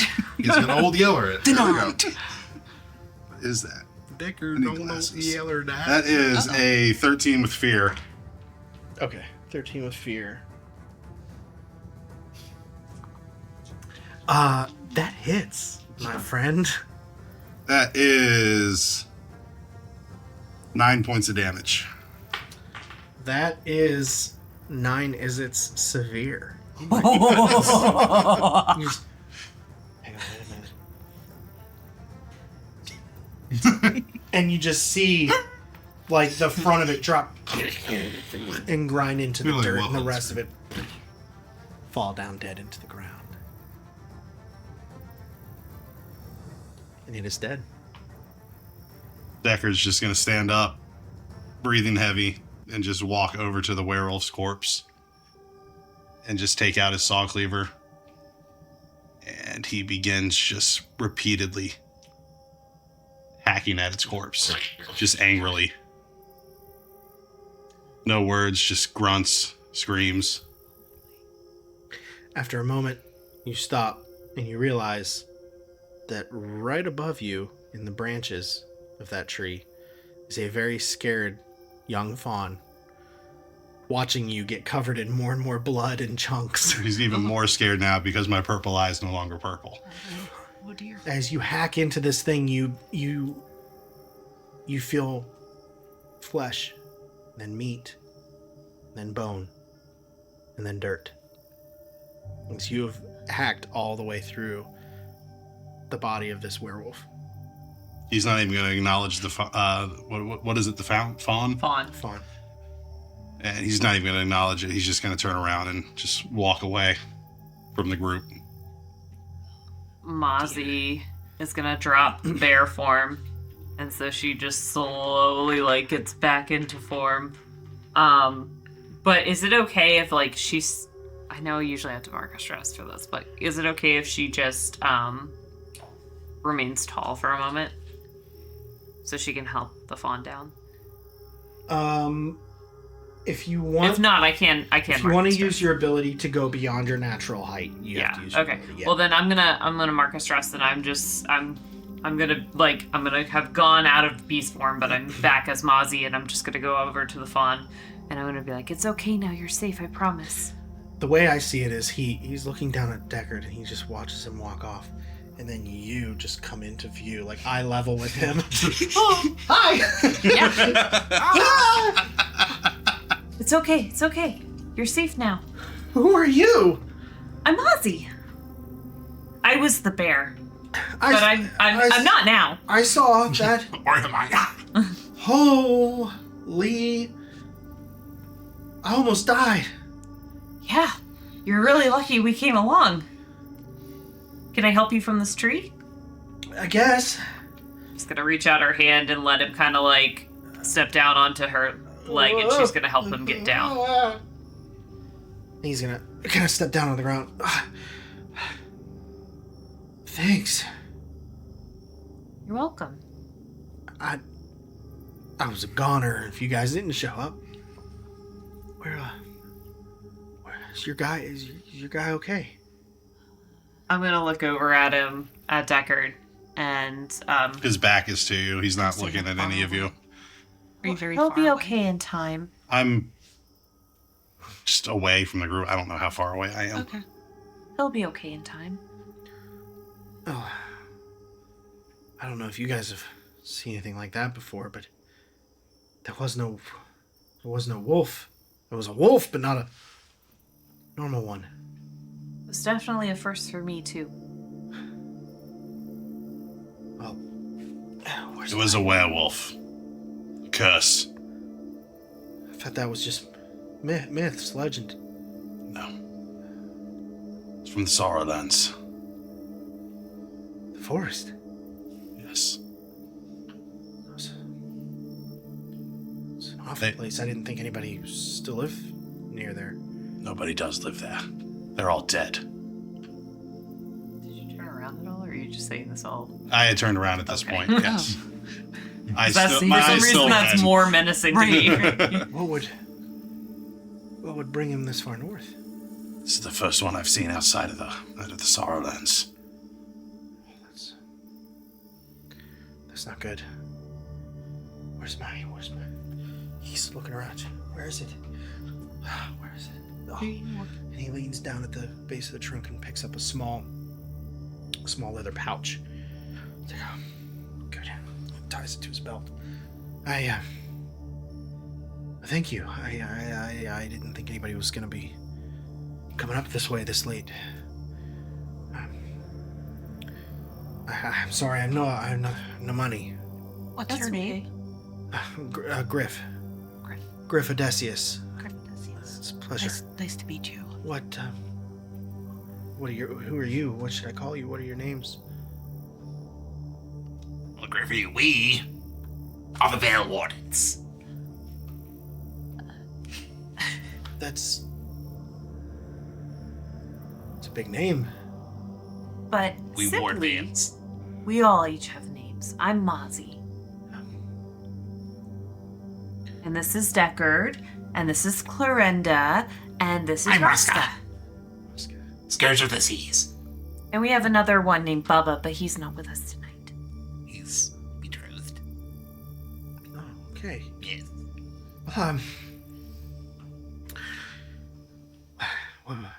Why are you here? What? I assume you heard me. Yes. We were trying to find a camp for tonight. Oh, well, it's a good place as any. This is this is Tower Central. It used to be. My grandfather was captain here of the Tower Watch. Have you ever heard of the Tower Watch? I'm not really from this area. I'm usually on a boat. Right. Well, I can't say I'm surprised. They're few and far between these days. During the war, they were pretty elite. Now they're pretty selective. Especially in this country, there's not a lot of war happening here at the moment, so they're still around. Tower Watch are they're a special kind. I'm training to follow in my great grandfather's footsteps. I'm here to bury his ashes here at the tower that he was captain of. Yeah, I come from quite a bit east. Made my way to the central tower. So, condolences. thank you. He lived a very, very, very long life. Considering what he had seen, he was lucky. Hope I can try to make him proud. But until then, yeah. If you don't mind, I can get back to it. Of course, sure. Yeah. Just a moment.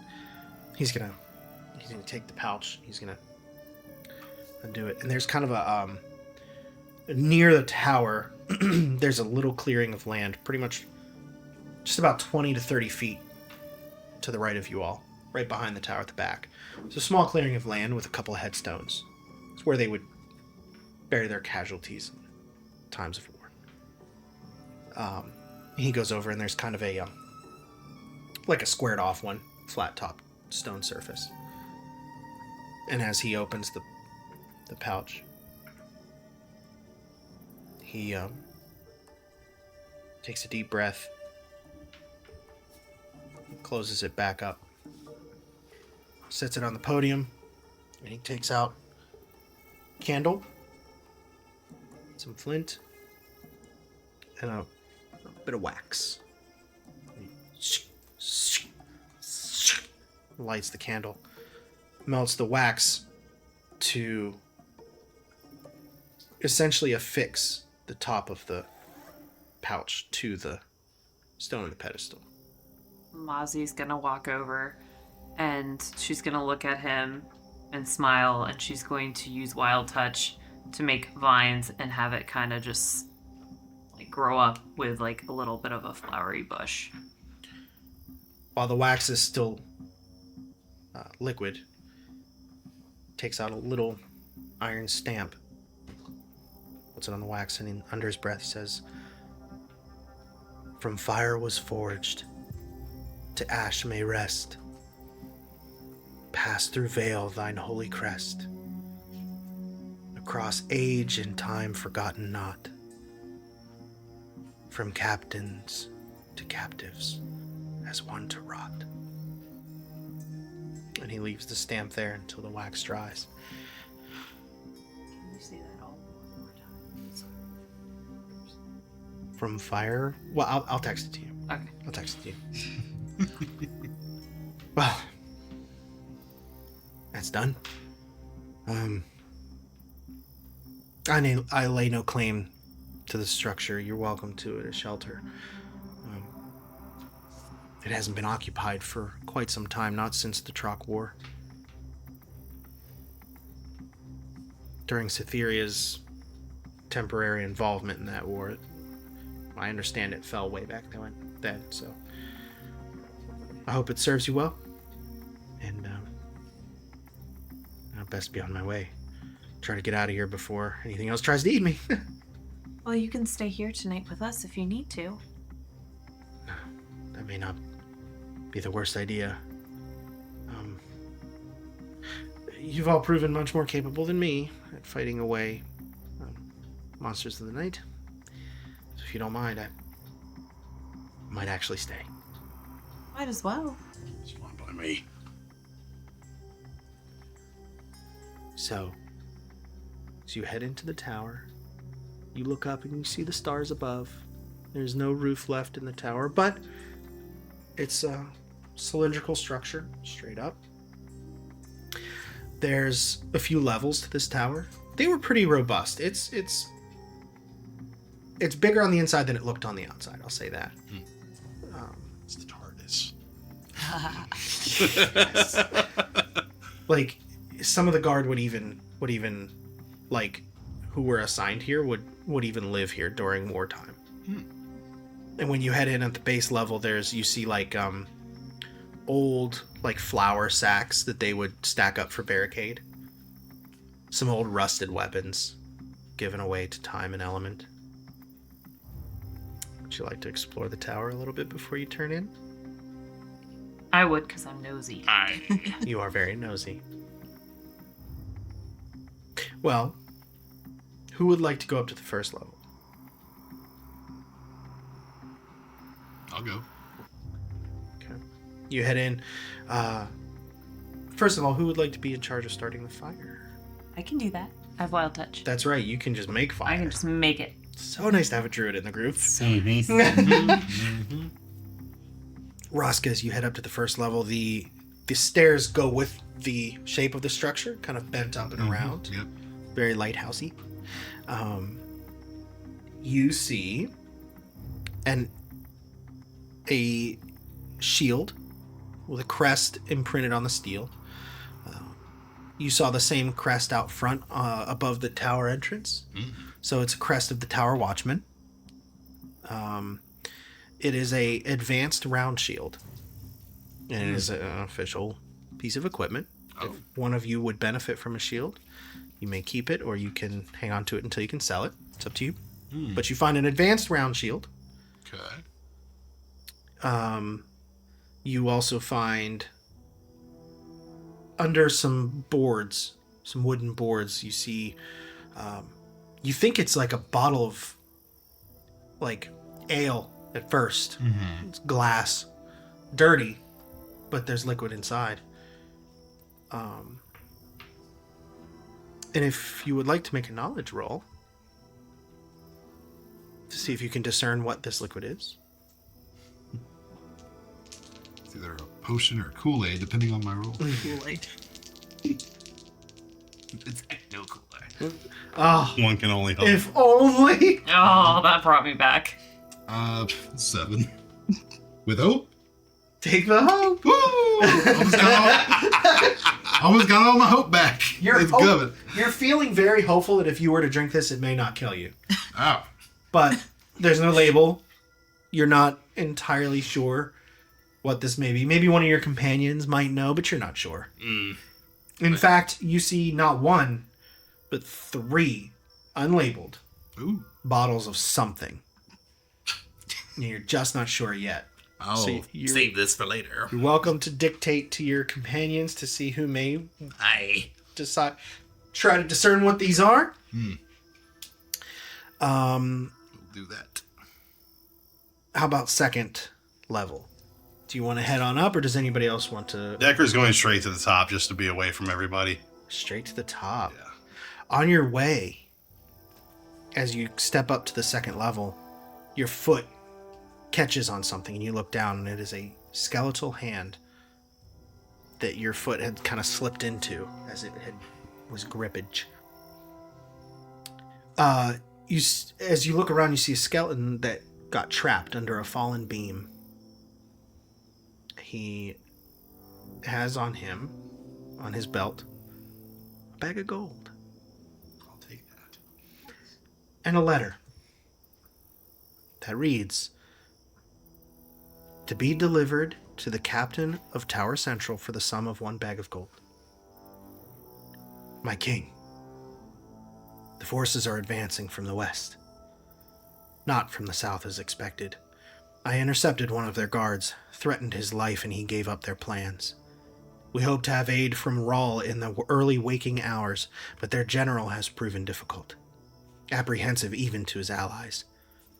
I fear we may be on our own for the battles to come." Continue up. Yeah. You continue on up the stairs, but the staircase to the 3rd level has been damaged. And if you want, you can try to carefully navigate your way to 3rd level, or you do have a friend who can make vines. I do have a friend that can make vines. So how you get to the 3rd level is up to you. The stairs are destroyed. Let's go. Oi, Mozzie. You spend the Yeah? whole night braiding.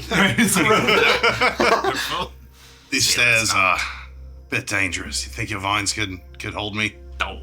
Hold us, all of us? I think we can manage. I'll say if you want to create vines strong enough to hold your companions, it would cost us stress. That's your stress. I won't make you. No, it's stress okay. with this. It's okay. I I have a lot of stress, so Oh, nice. but I can also clear it, so it's not that big a deal. Okay. Oh, my screen is frozen. Hang on. Uh-oh. No internet again. Who's got the most knowledge? I was wondering why it wouldn't give me this thing. +2. And I get, depending on what you need, oh wait, that's an item. Never mind. Do It's you gonna have say no I'm knowledge internet, born. dear? I'm not using it at the moment, but my music's still playing. I have internet. Internet's working. I too have the What's internet. going on then? I've got a job done. I've got a job done. On the 3rd level, you find Charter. Okay. What's up? It's causing issues for some reason, which is funny because it says signal strength excellent. Well, we'll say you mark a stress when you get that back up and running Okay. to make vines strong enough for Deckard to head on up to 3rd level. You see what looked to be the captain's quarters. You see a nice desk, high top back chair, a quill, some old parchment. A lot of it's lost to weather since the roof has been destroyed. You also see this is where some cannon fire had really hit hard. So not only is the roof not there, but like a good chunk of the wall. So you can stand, and a lot of the wall comes just about waist level to you. You can just see across Saphiri at night. It's actually quite calming, somber. It's a really wide open countryside. You almost for a moment forget that anything terrible is happening out there, let alone all the terrible things that you know that are. Regardless, you look around for a moment. You see a letter that is attached to an unopened bottle of a rare, fine ale. You do know this is ale, though. You can smell it. Okay. And a golden pendant necklace with the same crest that was above the door and on the shield. It's it's given to the tower captains. If you choose to sell it, A necklace like that, you would know from your time in the shadow trade, is worth about 3 bags of gold. If you want to sell it. Mm-hmm. It's also an extremely rare artifact for a very selective group of people, so there may be other uses it might come in handy than just money. You also see, the letter reads, "The strategies of the enemy are exceptional. We cannot maintain our position and survive. We must abandon this post and make for the Orakarni Tower in the forest to the north before another attack. May Kalos be with us." Signed, Captain Bastian Odysseus. Excellent. I'm definitely going to pocket that necklace pendant. So you can, if you want to, you don't have to do it right now, but add it to your custom equipment. Okay. Otherwise, what do y'all do to settle in to your new shelter for the night? Are there any secret passageways? Not that you can see. This is a tower erected during just pre-wartime, so it's quickly built. Pretty standard. Yeah, no frills, quickly built for the Tower Watch. Not a whole lot else going on out here. Did you want to make a knowledge roll for the... Yeah. Glider, what's this stuff? And he puts the... Hucks it down to Yeah, her? just like... Okay. I'm gonna just look at it. Yeah. Okay. Can I drink it? 19 with fear. Okay. All right. Good. Racking them up. knocking him down. So, you kind of, you hold it up to the light. Each liquid has a pretty different property to it. As you hold it up to the moonlight, you can kind of see one of them slightly translucent. One of them's a little shiny, a little sparkly. One of them is like a little bit thicker. They're just completely different properties. You kind of pop the corks, give a little sniffy sniff. Waft. Yeah, a little Must waft. Just a bit of a Never waft. directly smell it. That's dangerous. You don't know what could be in there. Waft always. Science class taught me that. Science clause. One of them you immediately hear is very quietly like crackling, almost like pop rocks. You deduce to the best of your knowledge that the slightly thicker one is a bolster potion. It will give you +1 to your next strength roll. Nice. That is a bolster potion. Ooh. Thank you for clarifying that for me. The one that was translucent is a stamina potion. A minor stamina potion, which is in your equipment as well. It will clear 1d4. Just regular, not minor. It is minor, yeah. Minor stamina okay. potion, yeah. Clears 1d4 stress. I'm surprised you didn't recognize a minor stamina potion. Well, I have a minor health potion, so they're totally different Of potions. course, I just I would imagine they're rather common. Neat. No judgment, of course. I just Oh, the bottle's old. yeah, maybe Aye. the third one. The Pop Roxy one is it's an exploding potion, but it's not like the blast potion that what was her name? Wow. I know. You made her. You Well, I made a lot of people tonight. Is it Deborah? Deborah Deborah Scuttlemeyer. Scuttlemeyer. I was Scuttlemeyer. gonna say blunderbuss, and I That's not right. Close enough, might as well. Blunderbuss. This My notes. that one does physical damage. It's traditional explosive. This one actually does magic damage. It is an exploding potion. At close range, it'll do a d8 of magic damage. So, if you were to come across a adversary that is vulnerable to magic damage, it would do that hard on them. I don't know. There are those adversaries there that are more resistant or more vulnerable to different types of What was it called? damage. Exploding Oh, potion. just exploding potion. Yep. That is an exploding potion. So y'all are potioned up right now. Boom boom juice. Aye.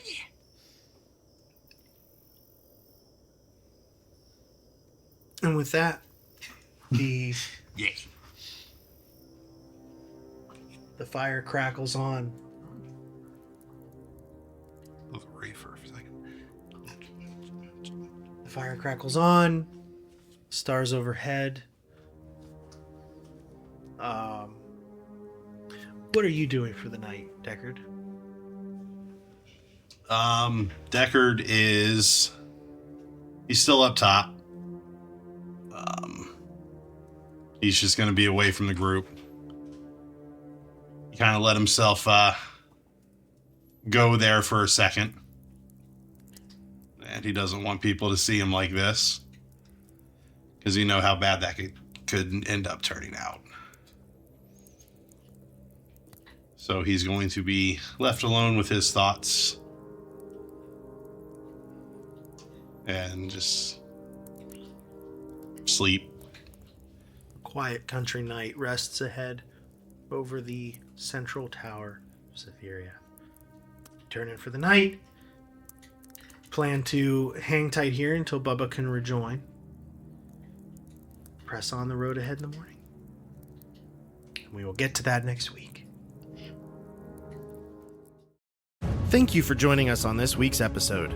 Listen in next week as we continue on our Daggerheart adventure.